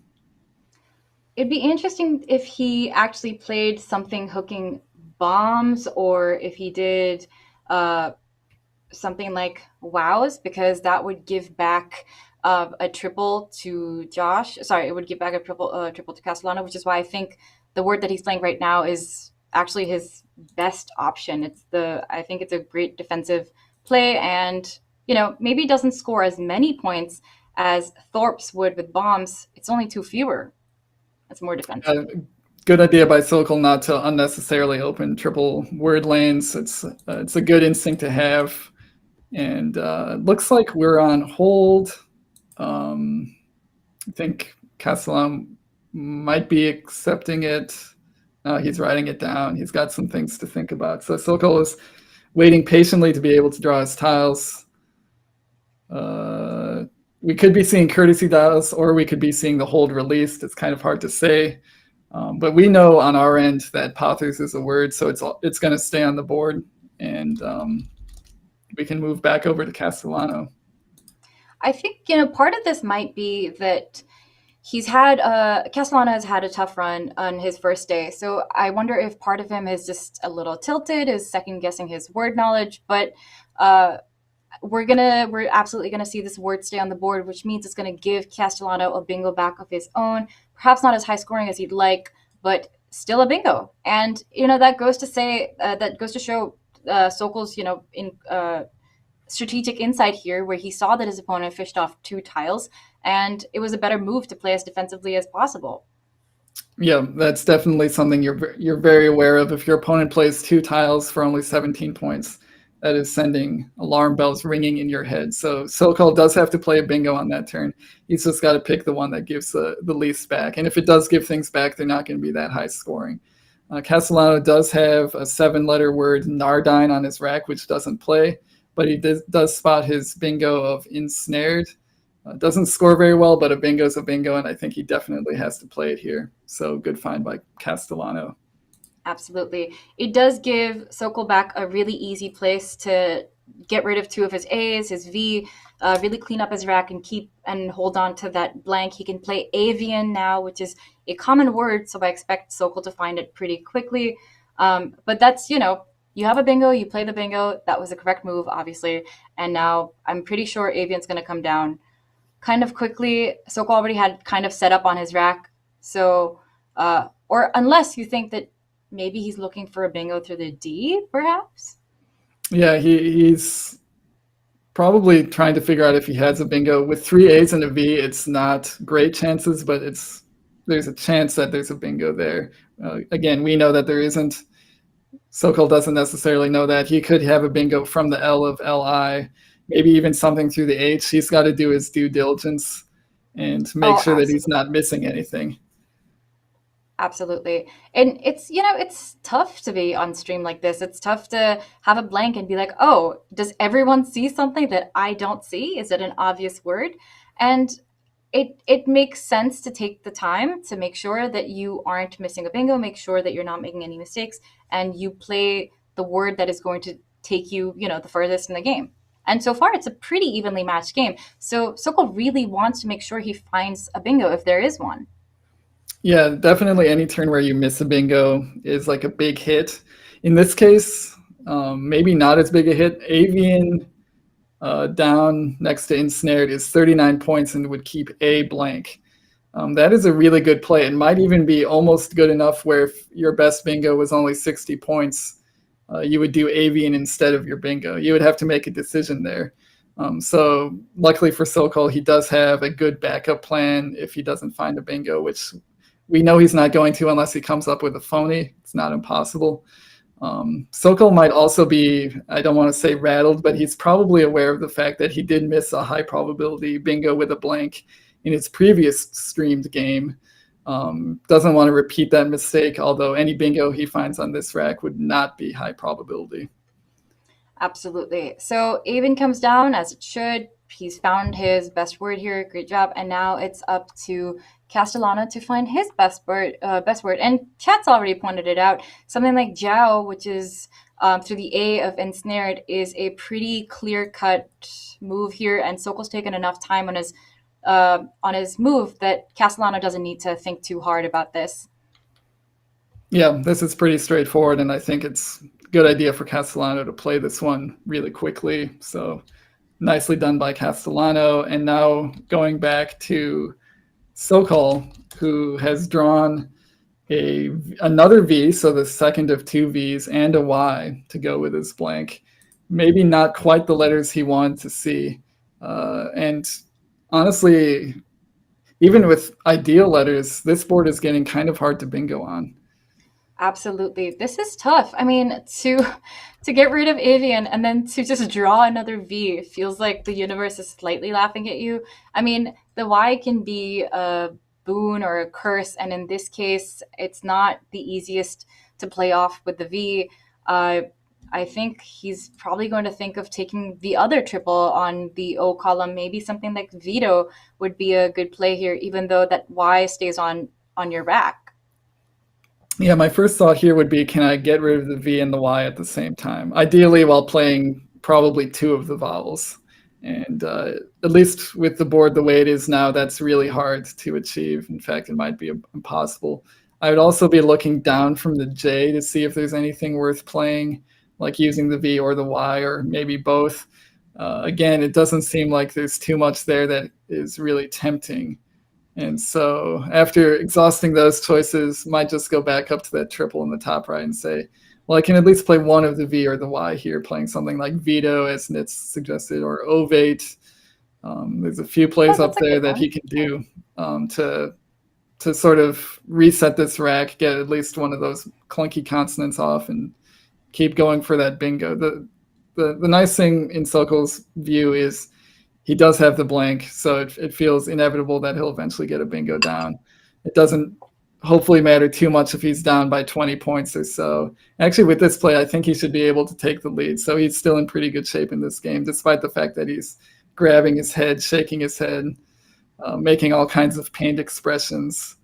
Right. And here's the thing, right? Like when you have the blank, you can be so sure that you have a bingo. It's so hard because you have to iterate through every single letter to be like, is there a bingo here? And then when there isn't, or you're not convinced you found it, you can have a tendency to kind of just want to fish off your worst tiles and try and bingo next time. It can be a self-fulfilling kind of prophecy where you're just, fishing off your worst tiles and trying to score into a bingo. And then by that time, your opponent has controlled the board, which is kind of what happened with Ben and Dan. Just, as we saw, Ben was able to control the board and Dan wasn't able to get a single bingo down. So if Sokol, for example, were to play something like Lovey through the L, I don't think that's a good play at all because, it's just fishy and it's not as many points. But I can see trying to, trying to do that so you can just always get into a bingo. It's really hard with, once you play O of 8 to end a bingo in O. I don't even know if there's any bingos that end in a V. You have to just bide your time. Yeah, I agree with you. Nits. Something like Lovey does have some enticing properties to it, but really Sokol should be keeping up the scoring. He's got the blank, so he's got a little bit of flexibility to be patient here. And so I do like this play of Ovate a lot. Just moves on from those letters and scores nicely while doing it. He'll just hope that he can bingo sometime in the next couple turns. Absolutely. Here's the thing for Josh Castellano now, he's got 2 U's and the Q's already on the board. There's nothing he can do with that. He's really got to find a way out of this little mess. I don't know if he's going to be able to score enough with the tiles that he's got. I don't see an obvious place on the board where he can get rid of that direct. I guess he has the word puture, I guess, to the E in Potters, and that would be 22 points, keeping DI. But it's also, it's putting tiles out in space, and perhaps something like Pew would be better. Maybe it would be more defensive. PIU above Potters, making Palm, IT, and UH. Yeah, I think if Castellano spots Puture, that's Puture to the E of Potters, I think he would give that some consideration. It does put some tiles out in space. Then again, this game's basically even, so he doesn't necessarily need to. He's not in a position where he needs to be overly defensive. Also, putting that P up by the triple, not very useful. It's much more common to see the P near the beginning of a word than near the end of the word. So that's not really a spot he needs to worry about. So, yeah, as you say, it's with the Q out, the U has no upside here. If you can get rid of both of them at once, that would feel really nice. And if you can score 22 points while doing it, that also, is pretty good on this board that's a little bit lacking in scoring opportunities. All that being said, if we saw something more straightforward, just like PU, which it looks like Castellano is putting down now, I think this is totally reasonable. Scores 29 points and keeps decently enough other than the U. There's tons of E's left in the bag. We can see the tiles remaining include a lot of E's. So there's some stuff that can bail him out here. So absolutely. I do like this play. And speaking of bailing out, Sokol's got a pretty easy play here with Jerry. It gets rid of the R's, gets rid of one of his Y's. He doesn't want those around. He's got an R out in space now, and it's an easy 30 points. I'm glad that he just instantly played it, and now it's back to Castellano here. Ooh, who's picked up another U? Yikes. So he's very glad that he played one of his U's last turn, or else he would have 3. Of course, most Scrabble players at all levels will do anything in their within range to not keep 2 U's on their rack. It's just such a deadly combination. Castellano did the right thing, played off one of his U's, was rewarded with another U. He does have a nice word here that plays 2 of his U's. That would be uncut, making UR and NY 2 columns, only 2-letter words. That actually scores relatively well, 23 points. Again, he doesn't have a lot of scoring options here, so he might be looking at that. Major downside to a play like uncut, as we can all see, is it puts that T right in the middle of the triple line. Very easy to hit. We were talking about the P last turn being hard to hit in the triple line. T is one of the easiest letters to hit wherever you put it on that bottom row. So he's going to be thinking twice about making a play like that. Absolutely. And he can't know this, but Sokol's not actually going to have a bingo to the T. He's not going to be able to use the tiles that are on the board to play a bingo. I don't think Sokol has a bingo for a comeback, or I could be wrong if he plays uncut. I think uncut is a good play here, as you suggested. It's scary to put that T out in space, but at least it's not going to be a triple that you are faced with afterwards. So there is some merit to that. Maybe he's looking at the top right quadrant of the board, perhaps. If there's something making IT, perhaps he can play something like Kern, making Bauer and Agon instead. That keeps it kind of, tight. Not that should be a consideration, the game being so close. This is a tough move, but I think that uncut would be It would be the way to go, even though it feels kind of scary. Yeah, I think it does feel scary, but I think it does enough things right where you still have to do it. I think it's also worth pointing out that the last few plays from Sokol have not indicated that he's sitting on a blank. He played 5 tiles with Avian. He played 5 tiles with Ovate. He played 4 tiles with Jerry. Those aren't the plays of somebody who's fishing for a bingo. Those are the plays from somebody who's just trying to keep scoring points with slightly inflexible letters. It just so happens that Sokol has been able to keep the blank this entire time. So Castellano doesn't need to be overly concerned with board defense at this point. We see a play come down of crud. A little bit scary to set up words ending in IC, but still a good play, I think. I don't know how I feel about that one. I feel like if he was gonna use CRU, he should have maybe done Kern or maybe like Dern, making Bauer and Agon, unless he didn't see that spot. I feel like that would have been better. Also would have kind of hindered that double spot a little bit. I mean, unless he wants to make more spots for himself, if that's his thought, try and open this up as much as possible for himself. Perhaps that's what's going through his head right now. Again, like you said, he can't have any knowledge that his opponent is holding on to a blank. He doesn't have any reason to think that. So maybe he's just trying to cultivate this board to something that he can use when he, draws into this blank or a bingo. And we see he does actually kind of randomly draws into a 7-letter word, and it sort of randomly plays on the board, making the very obscure WOWF, turning WOW into WOWF. That's a nice spot. It's not an easy hook to think about. Also not an easy word to find. I would say NWL players will be familiar with the word anti-flu. This is the anagram of that, Collins only. But Castellano spots it. It's his only bingo, and it's a nice find. Wow. Seeing WOWF, you really have to remember that it takes that F, like how we had ABBA go into ABAC, and ABAC can be made into Abakai. With WOWF, it's hard to remember that. So that's a really great find. I don't think this bingo would have gone anywhere else on the board. So he really did need to find the spot. And on to Sokol, who has one available bingo. It's kind of a strange one. It's kind of a little odd, but it's available to him through the N in Flutina, as long as he makes that blank an S. So I wonder if he's going to see it. Do you know if this is a Collins only word, Charles? I think this one is NWL, so I think Sokol could feasibly see it. It's not where you would look with these letters. He's going to be looking through the I and the A of Flutina. Those are going to be his first priorities when looking for a bingo here. But the one playable bingo is through the N, and the word is oddments. Kind of a strange word. Sounds kind of Harry Potter-esque. But it is a word, and I think like it's Flutina sounds Harry Potter-esque. Sorry, continue. Yeah, we can make the game of which ones of these are Harry Potter's, but I think that's a word Sokol knows. Is it a word that he can find? I think definitely within his range of finding, but it's not the first spot you would look, and your inclination with these letters would be to make the blank a vowel. You might not be thinking to make the blank an S. So there's a couple of reasons why this one would be hard to find. It's also very tempting to just place something like Dom, D-O-M, next to Flutina and just score points. That puts him only down by like 15 or so. He's still right in the game and holding the blank. So that's not a bad idea either if he fails to see this bingo. I think you're right.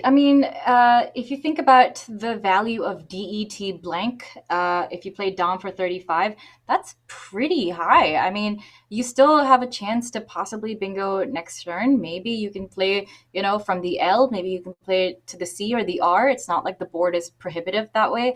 So, yeah, if he plays Dom, if he doesn't see oddments, that's actually okay. It's not like oddments is that huge, it's not that highly scoring of a bingo. It is 67 points, and taking Dom takes out that triple, which is good. It's high scoring. Yeah, and especially with the Z still floating out, I would need to do some thinking to see how many 3-tile Z plays are actually still available in the pool. But that Z making Za is just kind of scary. It's lurking out there unknown.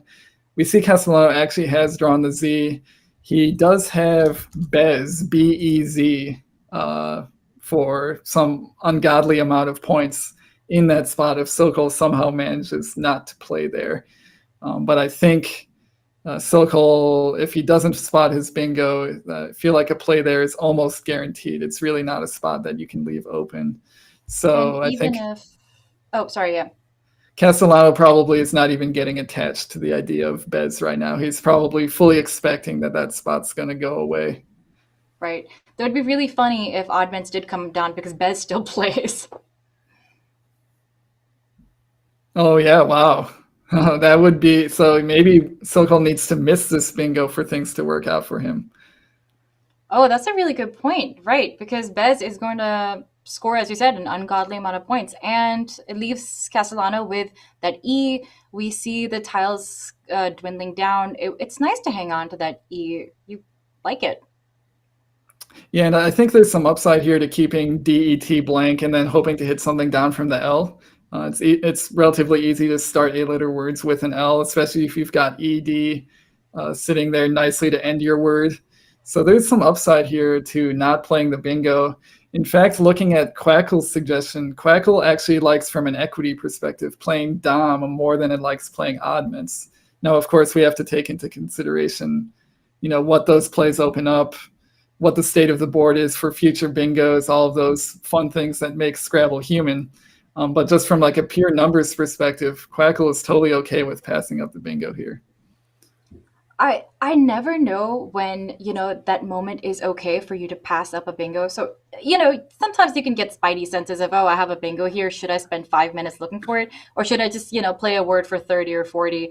And this is where, like, knowing your equity values really comes in handy. And by equity, I mean knowing the worth of the tiles that you still have left over on your rack. So on average, people say that an S is kind of like worth around an 8 and a blank is worth around 25 points or whatever. So if you have DET blank, you have to do the math on, okay, so what would that equal to? Is that around 30 points?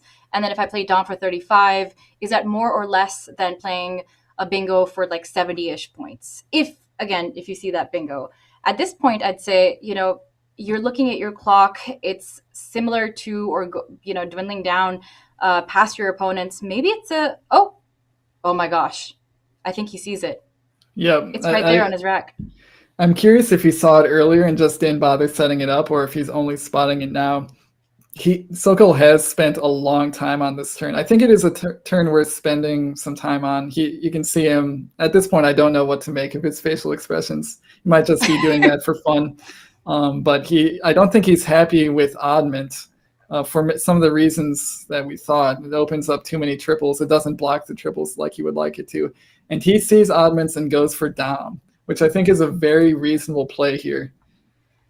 I like that. And this makes it slightly difficult for Castellano. I mean, before he probably would have gone with something like Kefir making Bauer. I think that would have been his best move had he not been able to play Bez.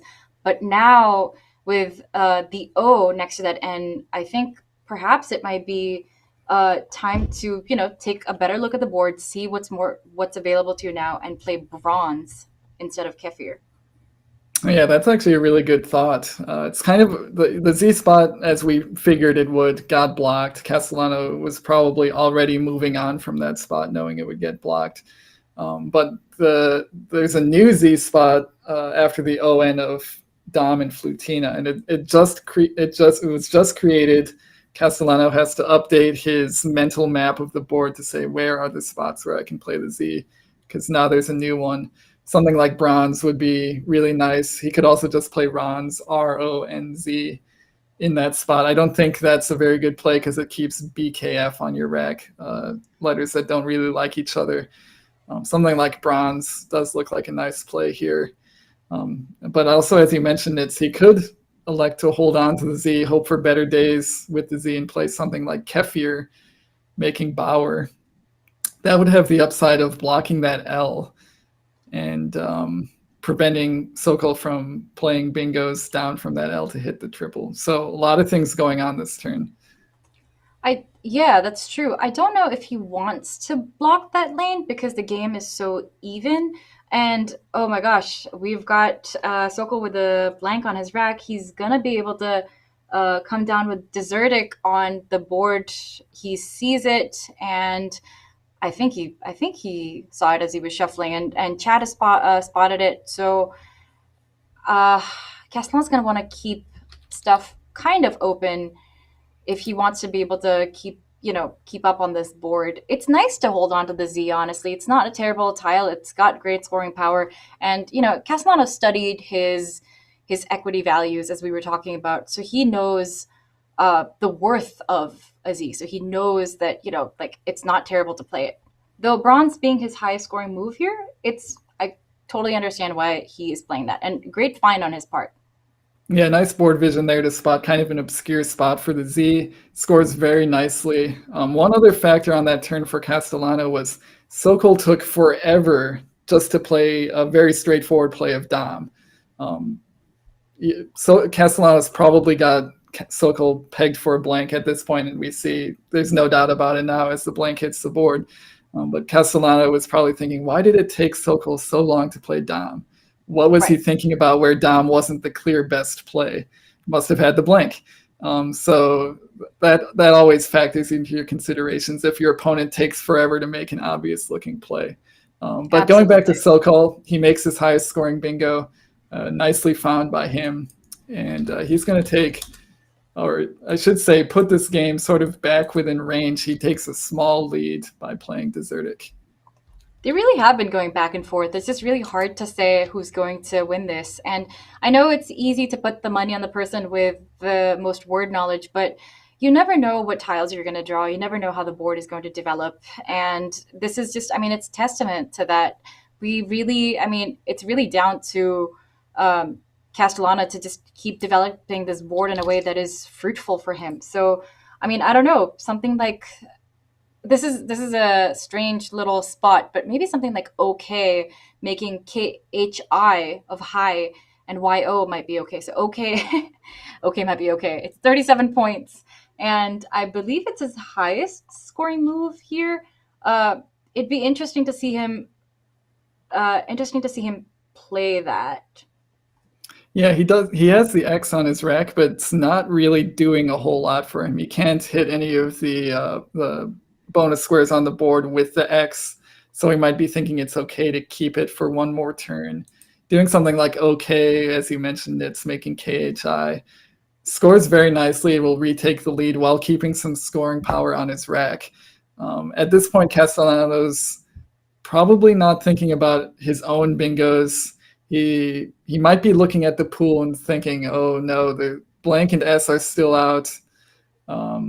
Actually, I got to make sure that the remaining tiles are accurate, make sure that the correct amount of S's are out. But at least the blank is still in the bag. And there's some good stuff there for Sokol to get another bingo down, with a few spots on the board still in play for bingos. We've got the L from LI, a new lane for sevens under Desertic, which was just opened up. And I suppose if you wanted to get fancy, you could play through the TA of Cat and a Goach. That's actually certainly still in play as a 9-letter bingo spot, especially if you have the blank. So Castellano, kind of in a tough situation here. Doesn't have bingo letters. Sokol might have bingo letters. And Castellano can take a small lead, but it's not going to be enough to withstand a bingo if Sokol gets one. I actually really like the suggestion from chat that says Fox under Desertic, making EF, SO, and EX. That's 29 points. It's not as much as OK, but that's actually a pretty cool play, I think. And he knows that he doesn't have bingo-friendly tiles right now. So I don't know if it's important for him to leave that lane open on row 2. I think maybe Fox there is a good play, or maybe Oxbow to bow that's already on the board. That's 33 points. And if Sokol doesn't take it, then that sets up his K for next turn. He can play KO. Oh yeah, that is actually a really good thought. Now that you mentioned Fox under Desertic, that actually looks pretty good. It almost is kind of a fishing play.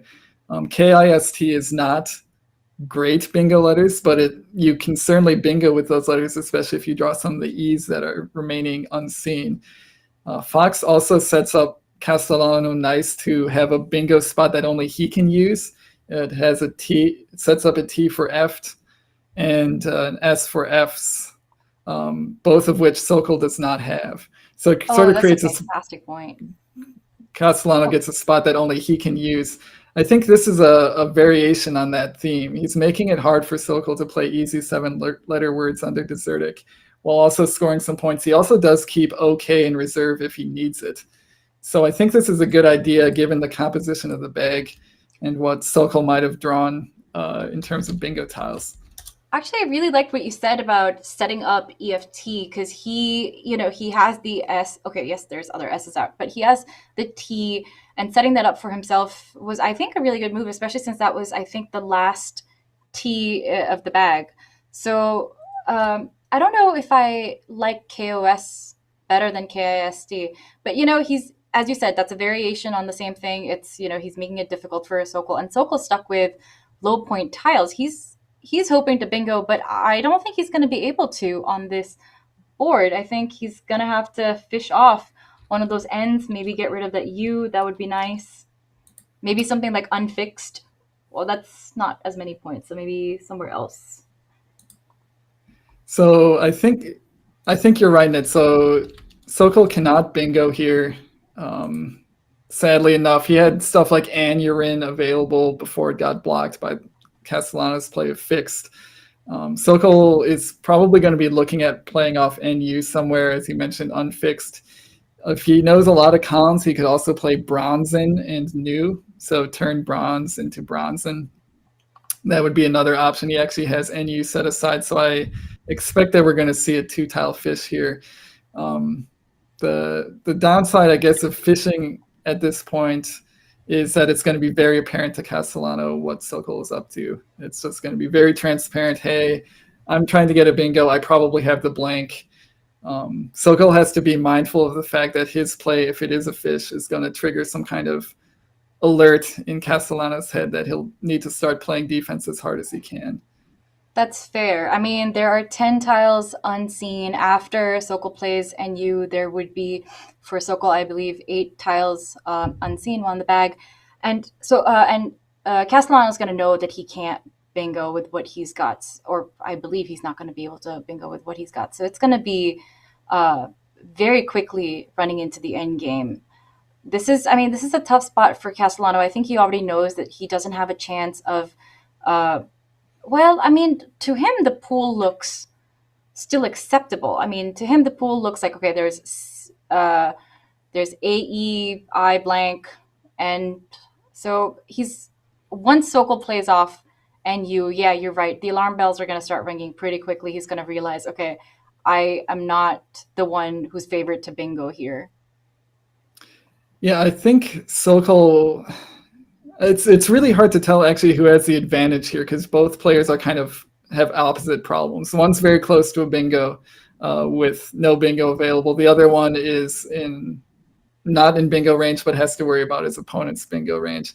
I think Sokol does have to be mindful of the fact that if he plays a fishing play, Castellano might do something like, as suggested in chat, clogs, making bows, I think was the suggestion. Take out that L, take out the TA, take out the U, which is of Flutina, which is sort of a marginal bingo spot. All of a sudden, the only place you can bingo is if you somehow underlap fixed, ending a bingo with an O or something like that, which is very unlikely. Right. So Sokol has to be mindful of the fact that he's going to run out of bingo lines if he's too obvious about this. So it is a really tough situation for him. He's also down by 14 points. If he plays Bronzen, he actually goes up in this game, but with no scoring power on his rack. So I think he would still need to bingo to have a hope of winning the game. So like sort of a dueling purposes here, where Sokol has like 2 options to try to win this game. He can either get a bingo or he can just outscore naturally, but neither one seems very easy to do. So that's probably why he's spending some time on this turn.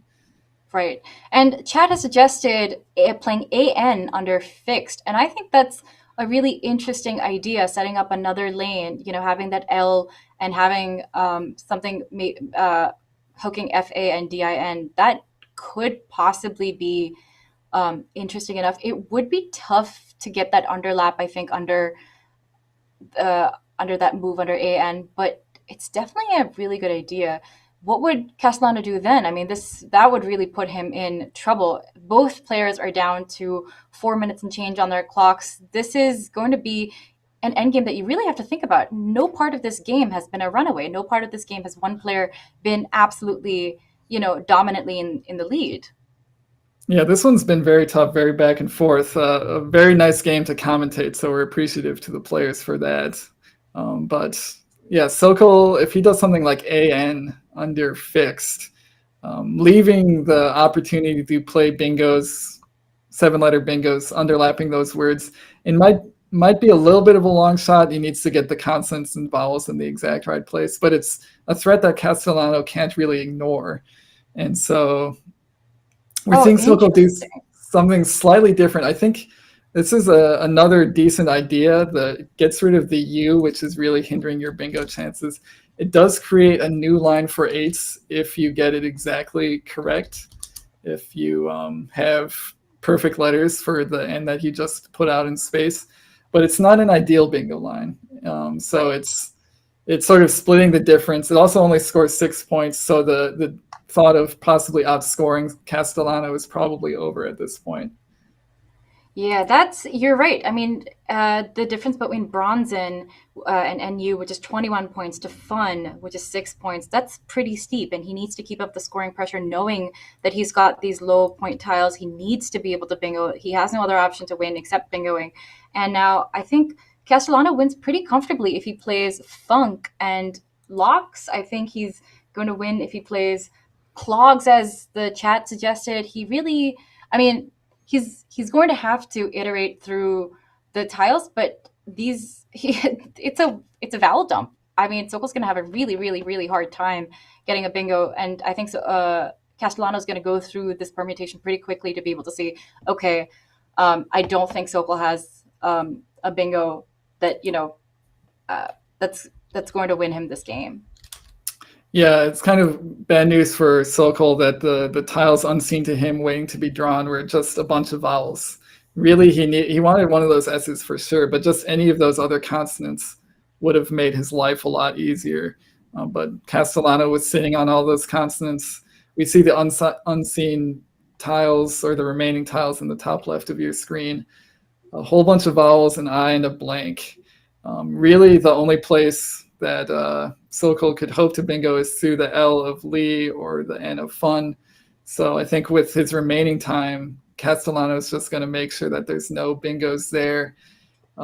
Even in Sokol's best case scenario, which I think is the letters that he has currently on his rack. Those are the most bingo probable, but in this case, not going to help him actually play a bingo. So Castellano's going to get this one, I think, as long as he just makes a scoring play. But it was a really, really tight and interesting pre-end game to get to this point. I think so too. I mean, this was an incredible watch.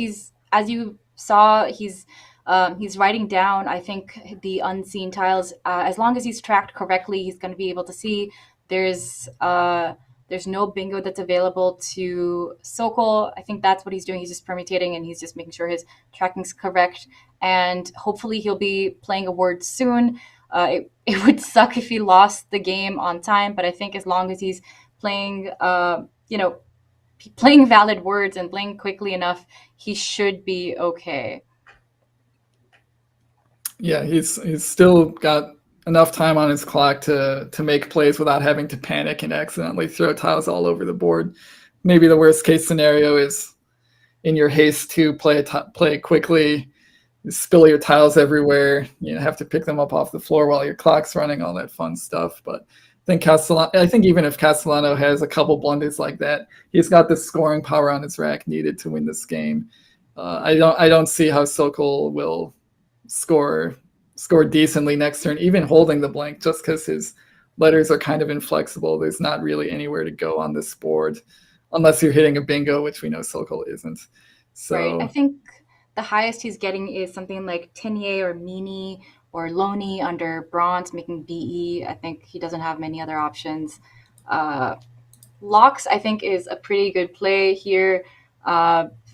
44 points. It's nothing to sneeze at. That's fine. I think clogs would have been slightly better, but you know what?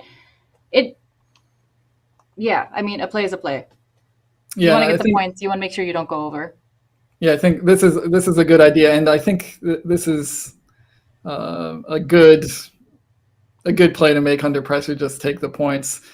Sokol now, I guess he's already spent some time on Castellano's clock thinking about his bingo options. Maybe we'll see him spend a little bit more time trying to find something from the L. Anything down from that L would be very high probability. Even if it was Collins' only 8-letter word, it's very likely that Sokol would have studied it. Absolutely. So I mean, any play he has there, it's going to be a word he knows. So he just wants to make sure that he's not missing anything. I think it's worth taking some time here to see if you can pull something out. Absolutely. And just, players, especially expert level players, intermediate level players, we have a tendency to study our vowel dump bingos, vowel dump words. So, you see this many vowels in front of you. It's pretty, you're able to iterate through the tiles pretty quickly. You're able to see, okay, what would I have been able to bingo with? So for Sokol, I believe he needed a D or a P for Oedipian, or a P or an S for peonies. So I think that's, I think he's gone through that pretty quickly. I believe he's just trying to find right now his best endgame move. The funny thing is he actually has a 44-point play, which is insane. It's Ecotarian through the C in locks and the TA that we were looking at for 9-letter bingos before.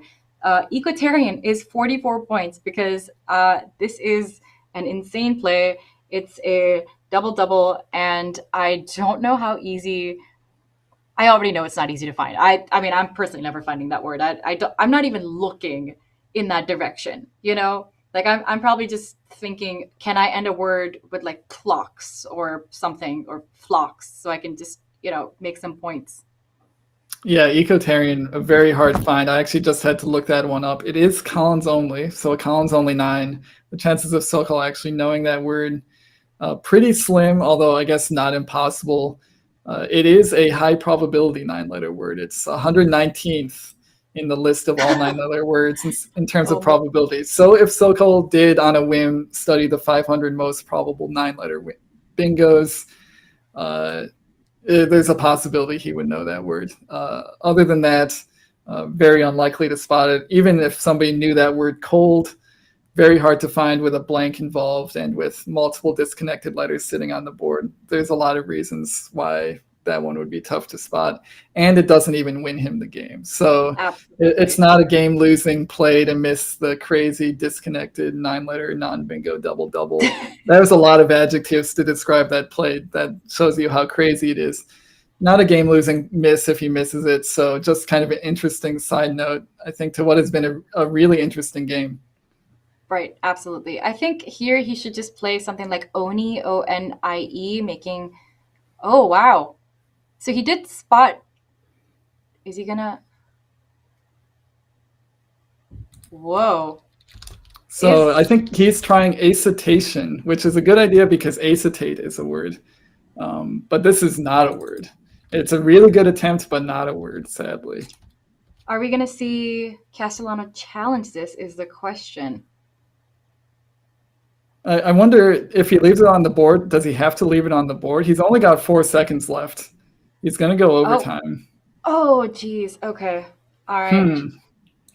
That's tough.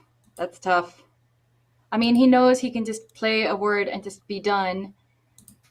He has 2 options. Either he challenges or he plays a valid word. Any valid word is going to win. I think he's seeing that if he just makes a play, he's going to win even after the 10-point penalty. So he might be accepting it. Hard to say what's going on. There's a lot of things going on with the clock running down. Yeah, it's going to be a 5-point penalty if the word is correct. Oh, is he taking it? He looks exasperated. Oh, he's oh wow. He's almost going over another minute. That's another 10 points. Sorry, when I said 5-point penalty, I meant for the challenge, not for the timer. Because I guess he was trying to calculate also, as you said, just apart from the timer, if the challenge also costs him another 5 if he loses. So we do find out that the play is not acceptable, but I think a really good attempt by Silkel here and we see it almost worked. I feel like Castellano was maybe having a little bit of a meltdown when that word came down. Didn't have enough time to think about it. And it really, I mean, yeah, it takes you for a ride, right? You don't expect your opponent to come down with a double acetation. Like, it's, especially if you know like acetated is good. That's tough. That's really tough. So I'm still catching up on Quackle here after that crazy sequence. But the last play from Castellano was Seg catching Silkel with a bunch of stuff on his rack. And so this game's maybe a little bit bigger margin than we expected, with Castellano scoring 463 to Silkel's 378. It really, wow. I mean, the score difference really doesn't speak to how close this game was, just neck and neck the entire time. Any move in either direction could have had the game going, any way. And I guess an amendment to the score, Quackle doesn't do this, but we do have a 10-point time penalty for Castellano, so final score will be 453 for him. We're actually getting a note from our producer that with our current setup, the players can't see the number of tiles on each other's racks at the end game. And that's one of the downsides right now of the way that we have the setup, as amazing as the setup is. So I think that seems to have flustered Castellano, which makes sense, because if you're not sure about your tracking, if you're not sure about the number of tiles that have been, left or played, if you think that's a bingo or whatever, that's going to take you for a ride. It's gonna mess with how you play. Yeah, that is I think a downside, a significant one. Of course, not knocking the great stream setup that Josh Greenway and others have invented for us. But if Castellano thought that Silkel was going out, or somehow it otherwise misjudged the amount of letters, that completely changes your calculus on whether you should challenge or not. And then with the addition of the time pressure, the fact that it's a totally unanticipated play, a lot of those things sort of add up to make a really hard decision to navigate when you've only got 10 seconds on your clock. So we totally understand why, it seemed like Castellano was flustered, because anybody would be in a situation like that. Right. And, if the word had been valid, if he'd gone over another 13 seconds, that would have been really rough for him. And really, though, at the end of this game, both of them played so well. There's really not many places where we can say, oh, that was a mistake or that was a mistake. This was very much a back and forth. They're seeing the words. They're making expert plays. They're making setups. This was, I personally thought this was an incredible game to watch. Yeah, I think this was really well played from both sides. In fact, we really can't point at any turn for either player and say that they made a mistake. Maybe at the end, Silkel could have done something other than fun to give himself a slightly better chance of bingoing. Then again, AEIN blank is going to bingo a lot more often than EINU blank. So there's a good reason for him to do fun rather than an or something similar to that. But I think his thought process was really sound going into that end game. I think both players, navigated that end game very well. It's just that Silkel didn't manage to draw the consonants he needed to actually get a bingo down, or even threaten a bingo, really. And I don't know about you, but like the games where the end game is very much, hit or miss, where the end game is win or lose, where the end game you really have to sit through, you're under a time pressure, you have to think it out. Those kinds of games take so much out of me that, I don't know if this is the same case for you. I could spend the entire game, having gone back and forth with my opponent. But when it comes to the end game, and that is the hardest part, oh, wow. That's, for me, that travels over to my next games. I don't know if you feel that same kind of exhaustion, that same kind of the brain, power having gone 100% and having come down all the way to 0. Yeah, there's players out there who are really good at end games, and a tough end game is not going to put any damper on their mental energy whatsoever. I'm not one of those players. I'm kind of like you, Nits. If I'm struggling with a tough end game, especially an end game where I end up losing, or maybe I end up blowing the game, that definitely carries over into my next game. I try to be as even-keeled as possible, but we're all human. you've got those weird situations. Even just expending all that mental energy is a factor. So these end games can be really tough. I think both players kind of feel like they're wrung out to dry after this one, but Castellano gets the win. Absolutely. And Castellano, it seems, thought that Josh Sokol was going out. And that, I think, was part of why he was so flustered and doing that math, trying to figure out, okay, if I give, SEG off my rack to Sokol, what's going to happen to me? And also, it turns out that one of the Joshes didn't know Egalitarian, but was like, that's a word? That's so cool. I have a feeling that was Sokol. Yeah, I think both players will be kind of tickled to find that there was a play there, especially after Sokol recognized the spot, gave it his best effort, and I'd say Acetation is a really good effort, like one of the more creative and plausible phonies that we've seen ever on any of these streams. I think, especially because acetated is a word, acetated.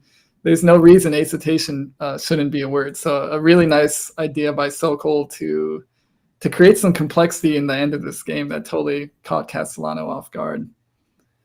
Yeah, this is such a tough game. I don't know what I would have done in this position. I know that if I were the two of them, I'd just be really looking forward to lunch and maybe, going through the stream to see what I missed. Though, again, like, this is a very beautifully played game by both of them. And Sokol was as creative as we expected, and Castellano showing his word knowledge as we expected. This was, wow, really toe-to-toe. Beautiful. Yeah, this was a really great game. Really looking forward to seeing one or both of these players on stream again in the future. But I think we're getting ready for possibly our next game being from Division 2. We promised a Division 2 game. We don't break our promises here on this stream. So, Nits, you want to give us a little bit of an intro? Sure. And, I'm really happy that Div 2 is being featured so prominently this year. Thanks to Bob Lynn and NASPA Games, we have this incredible commentary and live stream coming to you guys straight from Albany, New York. I'm really glad that you guys are here with us. Make sure that you're liking and subscribing so you can keep being apprised of more streams. And Bob Lynn has really made this incredible sponsorship, this donation to get more people into Division 2, get more people playing Collins and trying this very scary dictionary out. And I think it's doing well. We have some fantastic players coming up for you guys next.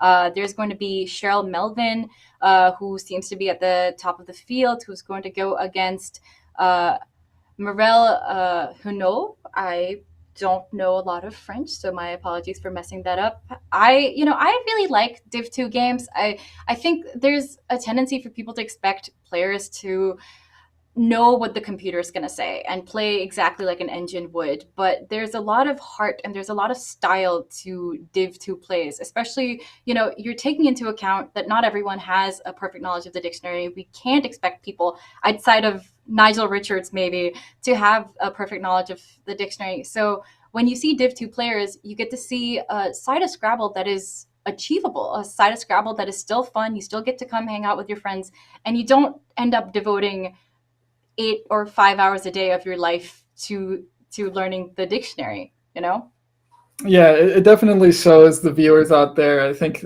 most of them are aware of it, but it's a good reminder that not every game of Scrabble played at a tournament is played at this scarily high level with scary amounts of word knowledge, scary amounts of preparation, scary amounts of intensity. Division 2 games offer a lot of the same things that we like about Scrabble, but in a more human way, a more approachable way, showing that most of the players across both lexicons, all divisions, are, just humans playing Scrabble. They're not computers, they're not dictionaries. Some of them are closer to computers and dictionaries than others, but there's always something to learn from every game of Scrabble, and we see some very instructive positions in these Div 2 games. Absolutely. And, if you're new to Scrabble, if you're new to playing tournament games or competitive Scrabble, it can be kind of scary to look at the best of the best players. You have to remember, though, this interesting fact, which is that 3 million people a day log into Scrabble Go to play the game. And we at the intermediate level and the expert level are at that 99th percentile already. So it's not like intermediate players are inherently just not good at Scrabble. That's not the case. They're already experts in the world of Scrabble, of the world of 3 million players who play Scrabble. So if you are new to the game, if you are a beginner, if you're just starting out tournament Scrabble, I hope that you feel welcome by this intermediate division. I hope that this stream is exactly what the push that you need to join us. And it seems to have been the push for a lot of other players to join the Division 2 this year. We have so many players in the division. I think it's incredible for the game to have such organic growth. I'm really excited to have more players to play against. Yeah, definitely. I think Bob Lynn's sponsorship of entry fees, hotel rooms, prizes, all of those things, I think has worked exactly as intended. We've got a nice big Division 2 of Collins players, some of them long-term players like Cheryl Melvin, who we're about to see, who I'm sure are very glad that they don't have to go toe-to-toe with high-level experts every single game. And a lot of newcomers as well who are finding out that Collins is a fun way to play Scrabble. You get new two-letter words, bingos that you couldn't play before. Now they fit on the board. You don't need a whole lot of extra knowledge to play Collins, at an acceptable level. You learn the two-letter words, some three-letter words with a Z in it, and you're good to go. You're good to go compete against these other Division 2 players who are doing the same things that you're doing. Absolutely. And there is a lot of fun to be had playing experts. You do get better incredibly quickly, learning from them. But there's a lot of heart and there's a lot of love to all divisions, especially the intermediate division of Collins, which is now growing and, hasn't been as big in the past. So I am really happy to see longtime players like Cheryl, at the top who are making their name and, who are putting down the tiles and they're really showing what they're worth. So I'm really excited to grab Cheryl, to grab Mirel. I am so sorry if I'm not pronouncing that name right. Charles, please help me out. Yeah, I don't know any French, so you might be better suited to pronouncing it than I am. So we apologize, Mirel. We're totally butchering it, but please correct us later. We need to know. Right. And, please join us on Charles's Twitch every Friday, Ancient Cosmographer. He's incredible. You created Infinity Words for us, and it's a great way to learn words. It's a great way to enter any Scrabble world. If it's NWL or Collins, whatever you want to play, just come join us. Come to studycade.com, which is the beautiful creation of Lola McKisson. And it's a website where you can learn 2-letter and 3-letter and 4-letter words just by playing games. It's just an arcade for studying. So really, join us and come be a part of these standings. Maybe you could see your name on the screen next time. Maybe we'll stream you. Yeah, maybe we will. All right, let's head to some standings. Let's see who we're taking a good look at. Alrighty. Whoa, nice. Cheryl Melvin with 10 wins and 1 loss. That's up there. She's already 2 games ahead of the rest of the pack. I am really happy to see it. Yeah, Len, look at that average too. She's averaging 440 points per game. So we were just talking up Division 2 as maybe the realm of more human players. Cheryl not playing like one. She is playing like a machine down there. All those years of squaring off against experts has, prepared her for this moment where as soon as you put her against players, nominally of her caliber, she completely goes wild. So nicely done, Cheryl. And some other players, including some first-timers to Collins, also doing very well. Mike Downey sitting very nicely at 8-2. Cheryl's going to be going up against Mirel Hunault. French pronunciation, but I'm certainly not doing it right. That's going to be our next game. Mirel's no stranger to competitive Scrabble, but is I don't know if we've ever seen her on stream, so we'll see how she fares. I mean, you know what? I think she's gonna do just fine. She's a NWL B player, so she's been in Division B of NWL for a while, and that means she had very few words to learn for Collins. I mean, there's only a few 2s here, a few 3s there that you mentioned already, and I think let's cut to the players. Let's see where they're at. I think she's really gonna hold her own, and I love to see, I love to see more female Scrabble players on the stream. As the game develops, we get more and more people of all ages. Cheryl again has been playing for a long time. Marae, she's now she's playing Collins. It's lovely to see the field developing. You can see that they've been having some high scoring games. Cheryl having 2 games back to back in the 500s. That's not easy to do. Yeah, and you can see from Cheryl's average, I guess she's no stranger to scoring 500 points against her opponents this tournament. Doing very well. Marae also doing quite well, scoring over 400 in 4 of her last 5 and barely missing the 400 mark in her last game. So also playing very strongly as of late. I think this should be a good one. I think so too. All right, it's Marae versus Cheryl, and Marae to go first.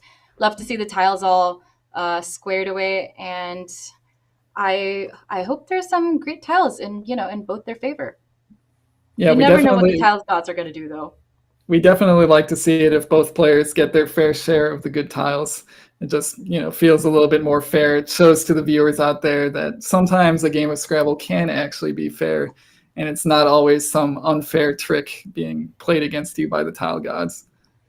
Absolutely. I mean, it's never fun to just get all direct all game and just try to have to play through that. That doesn't really a game make. You like to have a good distribution. Speaking of a good distribution, Marae's drawn into quite a lot of A's. I think that's going to be an annoying time for her.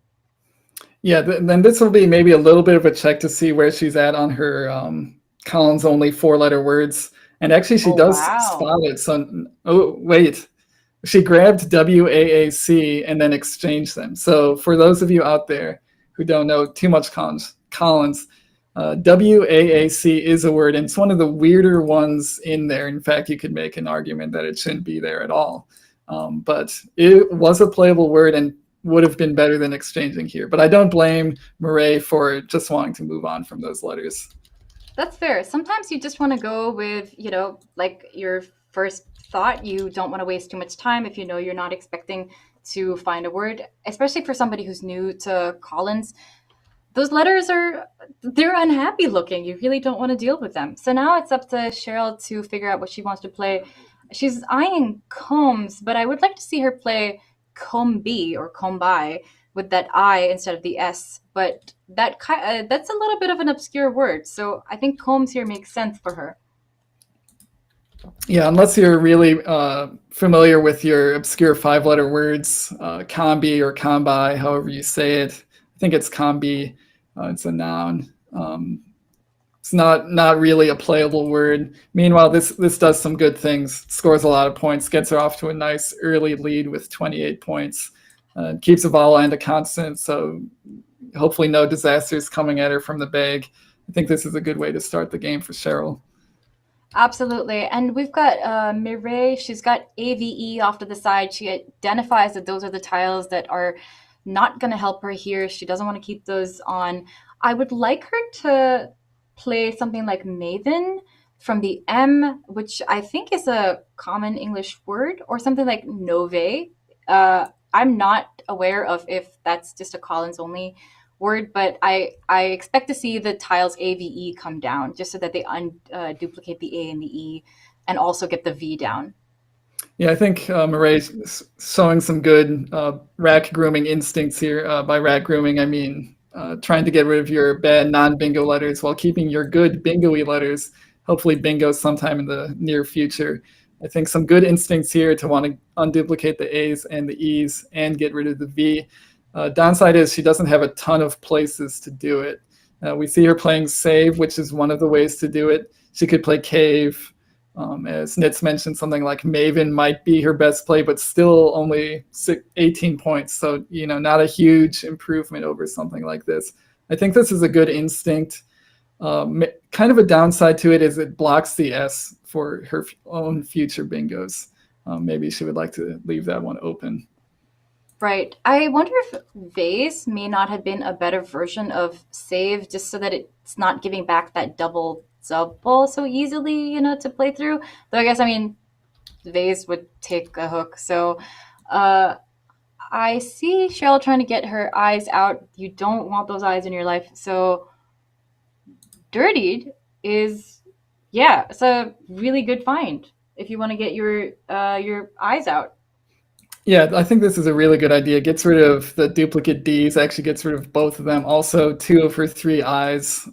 We were saying hopefully she doesn't draw poorly into ID. She basically drew very poorly into ID, but was a little bit bailed out by that E becoming available. So nicely done by Cheryl, just to sort of get a fresh start on this rack. It would have been nice for her to turn save into saved, but she really didn't have a play there. She could play did, but that keeps 2 Is. So I think she probably recognized relatively quickly that she did not have a good play turning save into saved and did this instead. So nicely done. The interesting thing would have been if instead of dirtied, she'd done the thematic opposite of tidied, keeping IR, which is 2 fewer points, but is actually a slightly better leave of the IR. Yeah, I think that would also be an option. I think for her, just getting rid of 2 of the 3 Is, any play that does that is going to be pretty good for her. And we see Murray coming right back with a nice big J play. Jades for 42. Nicely spotted relatively quickly. She did have a bingo on that turn for a lot of points, but it's kind of an obscure one. Not easy to spot. And if you haven't studied it, I would consider it basically impossible to spot. And it sounds like a French word, so maybe she can pronounce it better than I can. Segiant was the word. I thought it was like Sajant or something like that. Yes, but anyway, Sajant. Yeah. But I mean, I don't know much French. And, Mireille now has drawn into some incredible tiles. But for now, Cheryl has to deal with the gunk that she has on her rack. Jades is a pretty good play because it doesn't put that J, if Mary had played Jean instead, it would have put the J out in space, for Cheryl to use on the triple, get a lot of points out of. So I think Jades is nice in that the J's, it's pretty unusable now. So for Cheryl, I would say maybe just playing through the E of Jades, maybe something like Voes, VOES, making IS, even though that means getting rid of her S. Yeah, this is actually a pretty tough turn for Cheryl, and I wonder if we might see an exchange here, because there's nowhere good to put the Q. In fact, I don't know that there's really anything to do with the Q other than playing QIS to the S of Jades, which seems pretty unreasonable with 4 U's unseen. You would definitely not want to put the Q there. And the V is also presenting problems. So the Q and the V together, it just looks horrible. You've got 2 O's, but then you've got some okay bingo letters with the E and the S. I would be very tempted by an exchange of QOOVI here, and just you have a really good point. Go for better days, hopefully, because I'm not really liking the plays available to Cheryl here. Right, absolutely. I think I would slightly prefer Vos over exchanging, but it is really tempting just to keep that ES. The thing is that when you're keeping that S or you're choosing to play it, you have to look at the board and think, okay, well, is the S valuable on this board? And right now, I can't really say it's as valuable as it would be were there, places to hook the S. It's really great for pluralizing. And I think right now that S is not as valuable. However, it does mean holding on to that Q, which is annoying, which is really, really annoying. Yeah, and I think that's a very good point, Nits, especially for intermediate level players, is when you're trying to decide whether the S is worth playing off. It's not just about the points and the leave that you're scoring and keeping. It's about what happens to the S on future turns. And if there's a lot of upside for the S, maybe you'd be more likely to keep it. And here we see Cheryl. I think this is a creative play, maybe not her best play, but I think there's some merit here because her S, which had previously been somewhat useless on the board, now is quite important, setting up an easy S hook for Vos. Major downside though is it keeps the Q and the V both. So I think despite the upside of this play, really would want to get rid of the V or exchange the Q or do all of the above. But I can see why she would make this play. And I think if Mireille doesn't play a kinetic, which is her highest scoring bingo, for 78 points, going to that C. If she doesn't play A kinetic, I think it would make sense for Mireille to just immediately take that spot with Kentias or Tankies or intakes, which she already had lined up on her rack. So we know she sees the word. We know she knows the word. I think it's just a matter of seeing if she's going to put the S, I think, on Vose if she doesn't play A kinetic. Yeah, she did set it up earlier. She set up intakes on her rack. She also set up keratin on her rack, which I don't believe plays, but she at least has seen intakes. Obviously, with a blank, you need to spend some time making sure you're not missing anything better. But the fact that she set up intakes and now there's a very easy spot for her to play it is bodes well for her chances of bingoing this turn. What I think she's really thinking about is ant-like, though. I think she's thinking Oda and ant-like if she's not sure if VOE takes an S. So I imagine if ant-like comes down, that'd be really interesting just to have, just to have that E and all those tiles in spec. But what are we seeing here? Is it keratin, but like with an E? Sorry, creatine. So we'll need to see the blank cam for this one and make sure that what she's playing is valid. She is making it keratin, so she did see keratin and assumes that it takes an E, which I don't believe it does. That's confusing. That's actually really confusing because because creatine and keratin, the C words, it's easy to get confused, and I wonder if Cheryl's about to challenge that. It can be tough to keep those together. You're just transposing two tiles, so it can be tough to keep that squared away in your head.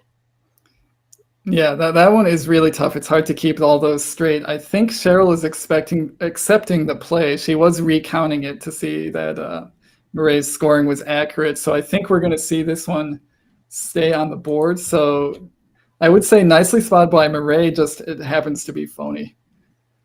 That's a little rough. I think it makes sense for Shell to just go straight ahead with Cat. That's her pretty obviously her best play right now. And just move on, try not to think about Keratin, oh wow. And Mireille has drawn into another blank with some really great tiles. So we might be seeing another bingo coming down, possibly. I think she's going to be able to find her high score, her top probable bingos. Yeah, I guess this will be sort of another check. Not that we're checking up on players' word knowledge here, but it'll be a check on her high probability bingos. She has sort of a selection of high probability bingos available to her, including stuff like eulogia, soilage, words like that. They're not really normal words, but if you studied bingos, it's some of the first bingos that you study. So we'll see what she comes up with here. We know that last turn she was looking at like words, so she might come up with something like goat-like. That would be kind of a clever play. We also did just see her briefly set up eulogia, which does play turning odd into ode. So at the very least, we expect something like that to come down.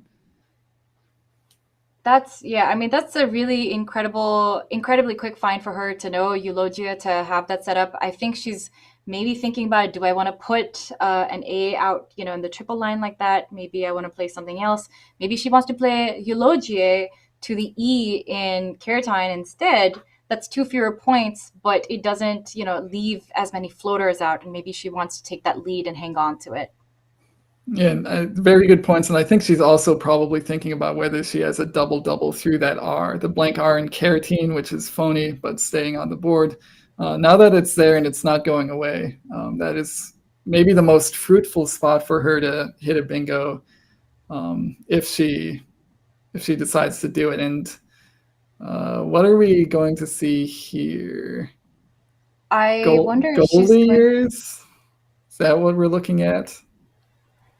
I would be interested to see if Cheryl's going to instantly challenge this, because part of playing a phony in in Collins is you're so much more likely to be challenged because the penalty is only 5 points as opposed to losing your entire turn. So, if you don't know a word, just challenge it. It's 5 points. Maybe you'll win or lose a game on 5 points, but you should challenge the word, right?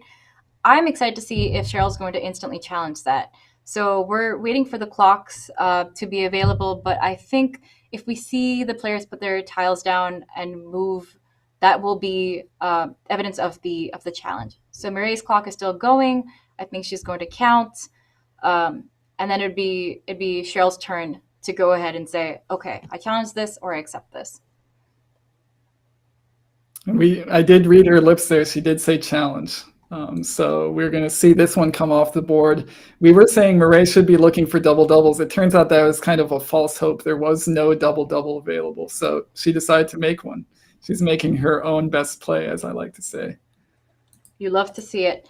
I wonder what Cheryl's next move is going to be now, though. We love to see this incredible camera and challenge computer. Thank you so much to Art Moore for having this set up for us. And thank you again to Let's Play Scrabble and Josh Greenway for having this camera so we can see their faces as they get the results of their challenges. Now, I wonder what Cheryl is going to do with this knowledge, because she knows there's so many letters floating out in space. There's so many high probability words that can be played all over. Perhaps she wants to force Mireille to play Ode and Eulogia and give her more floaters for next time. Yeah, when you know your opponent's entire rack, it's nice information to have, but it makes your life a lot harder. You have to do a lot more thinking about what you're giving up to your opponent. And I feel like, especially at this level, there's more important things to worry about. You should just be mostly focused on making your own good plays. And I think this is actually really a good idea by Cheryl, maybe with some knowledge of Mireille's rack, but blocking the obvious spot for Eulogia, blocking some of the other bingos that play through the R, blocking Goat-like, making Mireille's path to bingoing a little bit tighter. She has to figure something else out now. Right. And, if she does see Eulogia again, which, she knows that's a word, she knows it's going to go on the board, well, then forcing Mireille to put Eulogia out in space, give Cheryl some nice tiles to play through. Yeah, so again, nicely spotted by Mireille. This is not an easy word to see. In fact, I struggle with it regularly to this day, both this one and with an S on the end or with an E at the end. These words just don't come naturally to me, but she spots it, spots a nice place to play it. This is her highest scoring bingo. So a good play by her. Just wish it would have happened last turn and not this turn. I know, I completely understand. Cheryl, though, now she has the WU combo that's very hated right in front of her. She might be, thinking about wood here, WUD, on the side of Eulogia, just to get rid of that. I think that would make a lot of sense. You see that combo and you immediately want to get it out. You see the D, you're like, okay, nice, I can finally play wood. But Chad has pointed out upwind, and I think through the I in Eulogia, and I think that is also a really great play. 36 points for upwind. Yeah, that would be a nice play. You make a very good point, Nits. When you have WUD available, it's very easy to just immediately zone in on playing that word and that word only. It feels like there could be no other play other than playing wood. Would like to see Cheryl take a little bit of time here and make sure that she's thinking about all of her options. I think another option that would be interesting for her is just playing unwrap through the A of Eulogia. That also gets rid of the U and the W and the P. Sort of starts her over on her rack and scores decently. So I think there's a couple good plays here. Wood is definitely one of them, but she has a few options here that she can choose from. Oh, that's really interesting. I like that idea. How about updrawn instead of unwrap? Oh yeah, that either updraw or updrawn, also an improvement. I guess those would be a little bit harder to spot, and you would need to be sure of them to play it. Again, on 5 Point Challenge, it's it's a good strategy to only play the words that you're sure of, unless you have a really good reason, like a game winning or game losing situation where you need to play a phony. So I guess I would be a little bit surprised of from a play like up draw, but then again, Cheryl's been playing very well. She's been playing against experts in Collins for a long time. There's no telling what words she knows. I'm sure she knows a lot of them, so that could be an option here as well. Absolutely. You have a really good point. I think there's going to be some time that Shell's going to want to spend here because of that A, because it looks so dangerous. I think wood feels like a pretty obvious play because, you get out the tiles that you don't want and you have a pretty great leave. But the threat of the A can probably nag at you. So there's a strong possibility that she's going to spend some time, shuffling her tiles. She's going to think, okay, and she's getting really close to upwind. She has spotted wind. It would be nice if she had seen upwind, but this is also a pretty good play. It's going to score her 32 points, which is nothing to sneeze at. Yeah, this is actually a nice scoring play. It does keep the U, which is a downside, but actually I would say the PRU combo is reasonably synergistic. If you draw some E's and some other friendly consonants with it, you could even expect to bingo. Especially we see wind creating an easy bingo line for sevens ending in an E, making OWE. So this play does have some upside for Cheryl. She is playing from down. She has not bingoed this game, and Mireille has bingoed twice. So Cheryl does need to keep spots open if she does, eventually want to get a bingo down. That's a really good point. And now we're on, now it's Mireille's turn. She's got some really high scoring tiles. She's got the F, the H, the P, but not a great place to really play them for a boatload of points. It would have been nice for her to have, some great hot spots where she'd get a lot of points. I think maybe something like FOH, faux, on top of Jades, making FE and OS might be fine here. However, it has the danger of having a back end that hooks to it, so that might not be fun for her to play. I'm not really sure what might be best here. What do you think, Charles?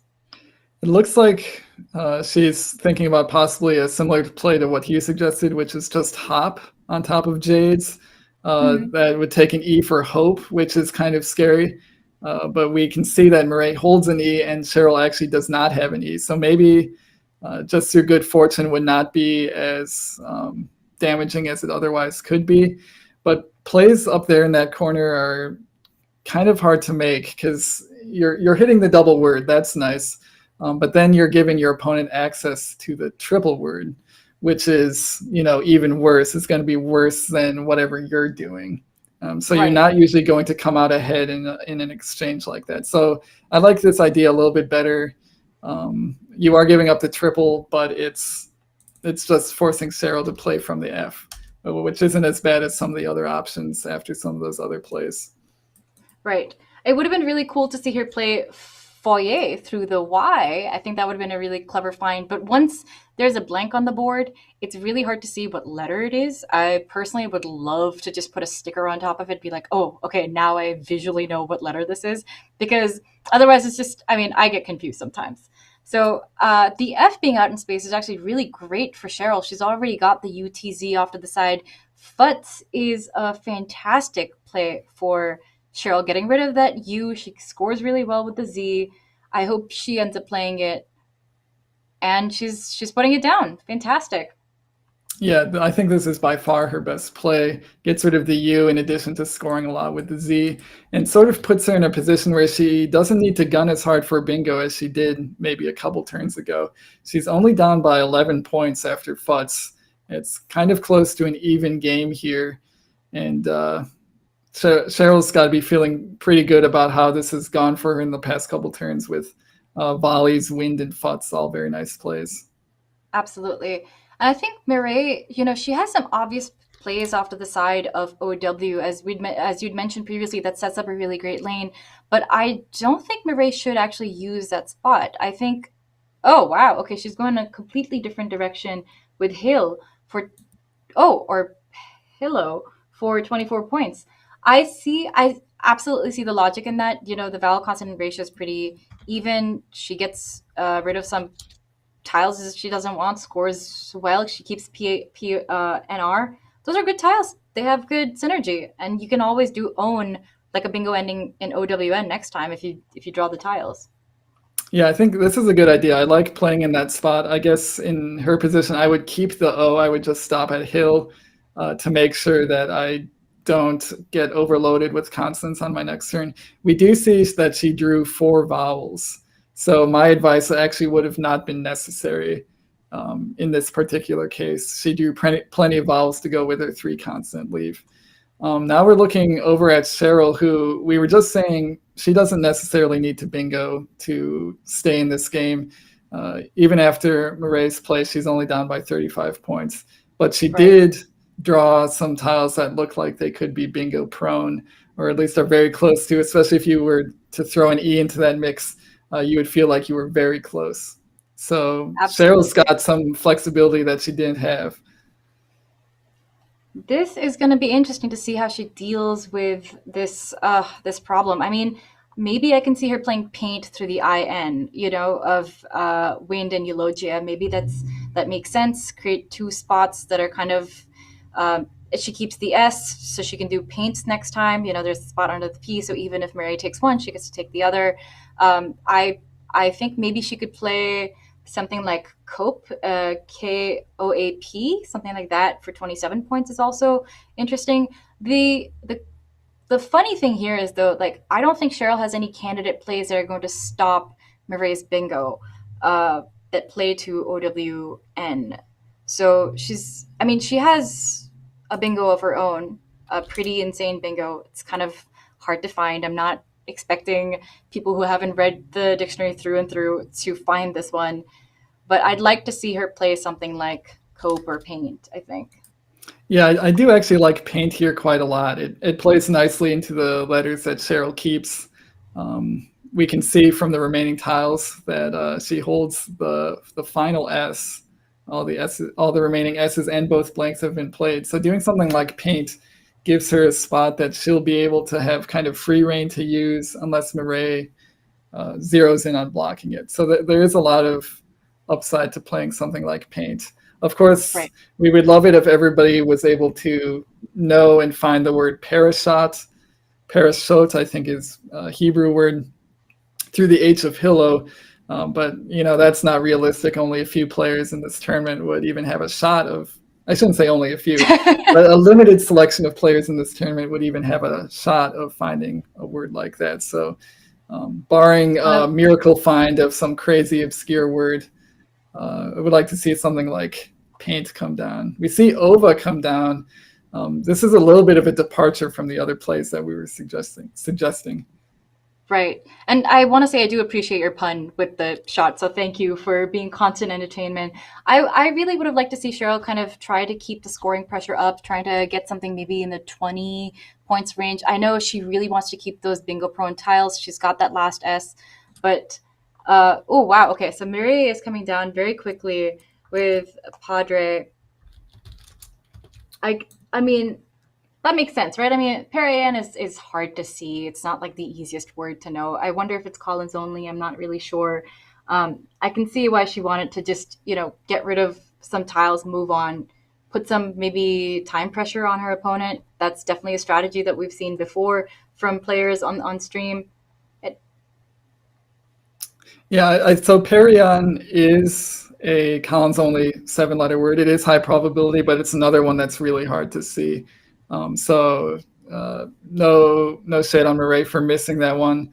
Maybe one slightly more findable was Personae through the S of volleys, but that one also is a little bit non-standard, ending with AE in a spot that you might not be looking. So there were a couple bingos there available, but kind of hard to see. And I do like Mireille's idea of playing through the triple. The downside of her play is it kept too many vowels, and we see her struggling again with a slightly overloaded amount of vowels. But that'll be for next turn for her to figure out. Meanwhile, we're looking at Cheryl, who I think was fishing for bingo with Ova. Kept 4 consonants and a vowel. Thankfully, did draw another vowel, but drew the F to go with the P. So is not going to be bingoing this turn. Right. She just needed an A for parfaits. But the funny thing is that A in Caratine, that's only got to give her parfait, not the bingo that she wants. So I think it makes sense for her to want to fish off that F. Though I don't know if you have this when you're playing competitive Scrabble over the board, where if you feel like you fished once or twice, you feel like, oh, there's no way I should fish again. I don't think I'm making the correct choice anymore. Even if that fish might be the correct play, if you've done it enough times, it makes me feel kind of like, whoa, I need to start. Yeah, definitely there's some mental aspect to the fact that your fish didn't work and you don't want to try it again. You might just want to move on with your life because it feels so wrong to fall into the trap of fishing for bingo multiple turns in a row. But there are situations where it's correct, really, truly the best play is to continue fishing. It's just hard to overcome that mental block of scoring few points, playing few tiles every turn, while it becomes more and more obvious to your opponent what you're trying to do. Cheryl is now at a rather large deficit where she might need to bingo to stay in this game. She had come back nicely with Futz, but she lost a little bit of ground playing Ova for only 6. That was another downside of Ova, was sort of making it a requirement that she draws a bingo after that, whereas a higher scoring play would have maybe not made that requirement of her. So I do expect Cheryl to keep going for bingo here. That'll definitely involve playing the F. We'll see what else she decides to play off. So I saw her eyeing Frap before, and now she's going with Fit. I had hoped that she wouldn't play Frap because that would take away that line for the bingo. Fit does give her a line, technically, if she's able to draw into it's the right tiles. But again, it's just giving your opponent a really easy shot at the triple that you don't get the benefit from. Yeah, that's the downside of a play like Fit, and I fully understand why Cheryl would make a play like that. It's very tempting to open up an easy spot to hit a bingo on that side, but the downside is your opponent's almost always going to play there, especially with the F taking all of A, O, and E. Sorry, just A and E. I don't know what I'm saying with faux. That's obviously not a word, but taking A's and E's after that, there's a lot of those in the bag. It's too much to hope for that spot's going to stay open. And we see it get taken very quickly by Mireille, which I think is a very good choice, even though she had inflexible letters.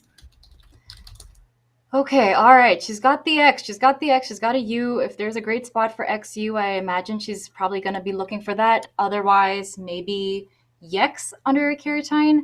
I am going to give away the fact that Cheryl has a bingo. It's not super easy to find, but it's a really cool word. It means it's a Latin term for people who used to read the entrails of birds. This is like one of my coolest tidbits that I learned from sophomore year of college taking Rome to Republic. And it's actually the root word for auspice or auspicious. Yeah, I actually. Yeah. Oh, yeah, sorry. You actually what? The word is haruspex, and I actually knew it as a word, and I knew it was the source of auspicious, but didn't know it was about reading the entrails of birds. Yeah, and also, reading the flight of crows in Roman times. It's really cool. But I think we see a very normal play of Yex come down, which I think is failing to find that crazy word is a very good play. Oh, wow. And Mireille finds Yannick pretty quickly. That's hard to see. I really like that for her. I hate that the U is still on her rack and has been for a while. So maybe Union and Nova would have been slightly better. But Yannick, I like this. It's not giving anything back to Cheryl. It's getting rid of the Y, and it's still scoring pretty well and staying ahead. Yeah, nice play by Mireille here to take some kind of ugly-looking letters, including a U and a Y together. Kind of UW together got a bad rap as being really horrible, a well-deserved rap. But UI is also very ugly together, and Murray navigated that turn very well. So, and it scored a decent amount of points, keep the scoring pressure up. She's still up by about 40 here. And Cheryl, while still having the S, does not really have any bingo lines on this board. So it's going to be kind of a struggle to score enough points to stay in this game. I think so. I think that perhaps one of the things that might be the thing stopping Cheryl from taking over is like her focus on getting a bingo down. Because if she's only 40 points down, then if she gets a move down for 30, Maria gets maybe a play for 25, 30. I think Cheryl can still catch up with high scoring moves. I don't know if you feel this way. I don't feel like she needs to completely rely on a bingo. I don't feel like she's that far down. So I'd like her to keep the scoring pressure up as opposed to focusing on fishing. So something like Gup, or I would really like to see her play Gup instead of Gap. I think that would be pretty good here. Yes, something like Pug or Gup here would be an improvement over Gap, which uses up the A. But it's a good idea to keep up the scoring here. I guess I agree with you, Nits. After Cheryl's play of Yex, the urgency to actually draw bingo was considerably less because Yex scored so many points. It sort of gave her a pathway back into the game that didn't involve bingoing. So I think her path forward here is just to try to keep scoring, hope that Murray runs into some tough sets of letters. We see her with UW just as Cheryl had earlier in this game, and hope to catch up that way. It's interesting to see Mireille put down Reno, which is, that's a really great find. That's really great setup over there. I think maybe would have been easy to see something like New, NEW, and Ego making Juan, or like Wan, I guess, on top of it instead. I think that's more points. I think that's 6 more points. But this is, it's still keeping the scoring pressure. And I think Mireille is in a pretty good spot to outrun Cheryl. She has the tempo. If she keeps going like this, she's probably really, she's pretty much a favorite to win this. Yeah, I think as the board gets tighter and the scoring spots kind of disappear out from underneath Cheryl, it gets harder and harder to come back in this game. And actually, Murray's idea to play on the interior of the board with something like Reno, I think is actually a good thought when she's holding a smallish lead. If she did something like New using her W, that opens up the triple on the top of the board for 4-letter plays. Now, we know there's not a ton of scary scoring tiles left in the bag. But if you give your opponent a 30-point play, that's not what you want to do at this score and with the board that this is in this state. So I think a good idea from Murray to not open up anything new and just dare Cheryl to try to manufacture scoring somewhere else on the board. And we can see, we can see from her tiles, it just wasn't happening that turn. I have to say I am completely now in agreement with you about not playing New. Now that you give your very well thought out rationalization for this, she doesn't have the S for Swan. There are front hooks to Ego. There's no reason for her to play New when it could be giving back something to her opponent. Reno does keep that lead and it doesn't give anything back. You're absolutely right.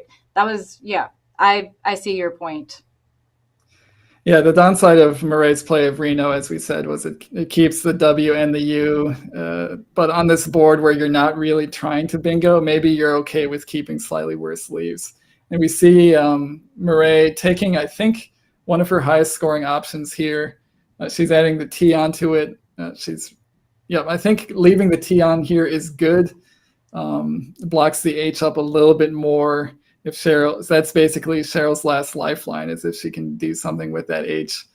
This play makes it just a little bit harder to do anything productive with the H. Absolutely. You totally have a great point there. Initially I was like, oh yeah, bowl would be better, but no, you're right. You do want to disrupt that H a little bit, see if you can. And now it has emptied the bag. The players have perfect knowledge of each other's tiles. I wonder if there's a way for Cheryl to somehow just outrun, maybe. I don't know if this is possible, if it's possible for Mireille to be able to, well, I mean, she has really high scoring tiles, so either she's going to be stuck with them and give the points to Cheryl, in which case Cheryl might, take this victory by just lickety split, or Cheryl could be hit really hard by her opponent having all the high scoring tiles that she doesn't have. I mean, that's the give and take of the low point tiles. Yeah, this is with the bag empty. It's not too much left for Cheryl to do. I am noticing that it appears that the remaining tiles are wrong on screen. I don't know if we missed an E, or if, I know Quackle can be a little bit funky if you're trying to enter a blank, as I was trying to do with Carotene with a phony. I might have accidentally entered an extra E into the bag. Oh, we see Mireille actually drawing another E out of the bag. So there was one tile remaining undrawn. So good job by our producer to catch that, or maybe she caught that. But it looks like we have the tiles correct here. And this is going to be a tough one for Cheryl. She does have one star play, but it's really hard to see. Even I would struggle to see this. And it's not even sure how to pronounce this one. Cerac, Cerac, making Agora and Kane. So first you have to know Cerac, then you have to find Agora. You have to realize it all plays. That's a really tough find. That's really tough. I mean, after Gora has been played there, you kind of discount the spot, I think. You kind of just go like, oh, yeah, there's no front hook there, unless you really think about it. And it's funny that there's so many like Greek and Roman words that are coming up, Agora, Haruspex and stuff. This is a tough move for Cheryl. She's going to try and score as much as she can, but I think Mireille is just going to be able to come away with just enough points and keep that tempo to win this game. Yeah, I think Rax's, it's a good idea. It's a creative idea to look through that AX to try to get some points, but it's not going to be enough, and I'm not sure that Cheryl can go out next turn, which would be, I guess, one of the goals would be to try to set up an out in two. But with the board so closed as this, and if you're not aware of the fact that Agora is available, it's really hard to make plays on this board at this point. So I think Mireille did a really good job this game of, I think, making sure that Cheryl could never catch up. There was never a board state that was advantageous to Cheryl where she would be able to score enough points to get back in this game. I mean, I think she also had to take advantage of the fact that Cheryl slowed down her scoring for a few turns with things like OVA. But I think she took advantage of that very well, and she's probably going to come out with this win. Right, I think so too. So Mireille is not going to block Sauce. I mean, she's at a point in this game where she's comfortably ahead. I don't think she's going to feel the need to do so. She gets the 14 points, even if Cheryl is going out, which she is with 11 points. Mireille wins pretty comfortably. And, with the game, when you're ahead, when you're more likely to win, your opponent isn't going to be able to score as much. You're not as concerned, I think, towards the end game. Right, and it's especially end games are hard for anybody, but like if you don't have perfect word knowledge, sometimes doing exact end game sequences can feel kind of meaningless because there's things that you could be missing. And so it's more like the intuition of the rest of a game of Scrabble, where you sort of intuit your way through the end game. I'm certainly guilty of that myself, even with my high-level word knowledge. Sometimes it's just easier to play an end game that feels correct. And right. We're kind of struggling to the end of this one. Both players kind of with ugly letters, not a lot of places left to play. I think Cheryl should be able to go out here, and this game will end. So right. The Cheryl, who's been doing extremely well this tournament, you see her record at 10-1, going to fall to 10-2. And also shout out to Mireille for holding Cheryl well below her average for this tournament. Cheryl's been averaging 440 points this tournament. She has been blowing out her opposition, but this one was a real struggle for her, and nicely done by Mireille. Absolutely. I mean, that's a really good point. I mean, Mireille being, a Div 2 NWL player, moving to Collins, because of the incredible incentives offered by Bob Lynn, she's really done well. She's holding her own. She's gotten some boards past Cheryl. She's controlled the board and made it harder for Cheryl to catch up. Cheryl had the case S and wasn't able to use it to her advantage. Mireille did a great job of blocking where the bingos could have gone. So that was really good board awareness on her part. She's done a really great job. Yeah, nicely done by Mireille. And I think the multiple phonies, including one that got challenged off, maybe a slight inaccuracy there, but if you can get one by your opponent, you might as well do it. And she did have a backup plan on her second phony, and she spotted it very nicely, a tough word of eulogia. And we're getting word from our producer that this is her first time being streamed, and is very pleased that she won. And we're also very pleased that she won. Glad to see a new player to the stream have some success. Absolutely. And we're going to be back with even more games. Don't you forget, it's going to be at 2:45 p.m. ET. We will be back here. Unfortunately, I will not be here. But Charles, I believe you're keeping the reins, and you're going to give everyone a fantastic showing, as you always do. So let's take a quick look at the standings in a little bit. We can see where we are at, touch some base, and then get some fantastic, lovely lunch. Albany's a great place to be at this time. I hope you guys are having a great day in Albany or watching from wherever you are. It's one of my favorite tournaments to go to. Charles, have you ever been to Albany? Well, you have, right? Yep. The World Cup was in Albany one year, so I enjoyed it muchly. Some great restaurants in that area, a great venue, just a great place to be and play Scrabble. So highly recommend trying to make it out to any Albany tournament that you can. They're all awesome. But we're looking at the standings here. We know that Cheryl did lose her game, so she's now 10-2, but still in first place over Mike Downey. So she's still in really good, bit over a third of the way through the tournament, so a long way to go. But Cheryl is still doing very well in this new Division B of the Collins division. Absolutely. And I'm so happy to see so many players in this division doing so incredibly well, whether they be new to Collins players, first-time tournament players, or, veteran Collins players. And look at Cheryl. She's just always so smiley and happy. I adore Cheryl so much. I'm always happy to see her. No matter, if she wins or loses, she's a great sport. This is one of the best things about playing Scrabble with these folks, with coming down to Albany, with playing these tournaments. It's the people are incredible. So I hope that, if this has inspired you to play tournament Scrabble, to become, from a beginner to an intermediate, I hope that you'll take the chance and go to the Canadian Scrabble Classic in Belleville. That's happening from February 28th to March 2nd. And if not that, then, I hope you stick on for these streams. We're coming back at 2:45 p.m. ET, and we'll be back, tomorrow and on Wednesday. There's a lot of games left. There's a lot of fun to go.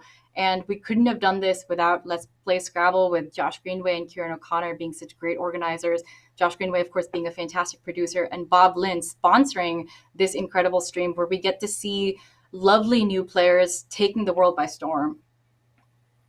Yeah, it's all great to see. I love seeing that big Division II of Collins. Some of them doing very well, maybe some of them not doing so well, but that has to be the case in a Scrabble tournament. Either way, everybody there enjoying either a first taste of Collins or playing the dictionary that they've loved for a long time, but against a similar caliber of opponent. So we're wrapping up for this morning session. We will have 4 more games in the afternoon. I will be still doing commentary if you're not tired of me. You certainly will be after the next 4 games. And I will be joined by Jason Idalski, who I think is making his commentatorial debut. So we are excited to hear what he has to say about all these awesome games of Scrabble. And I'm happy to be back tomorrow afternoon, so don't go anywhere. We'll be here and we will keep you entertained. I hope you guys are enjoying this time. And if you are, like and subscribe, don't forget, and enjoy your lunch.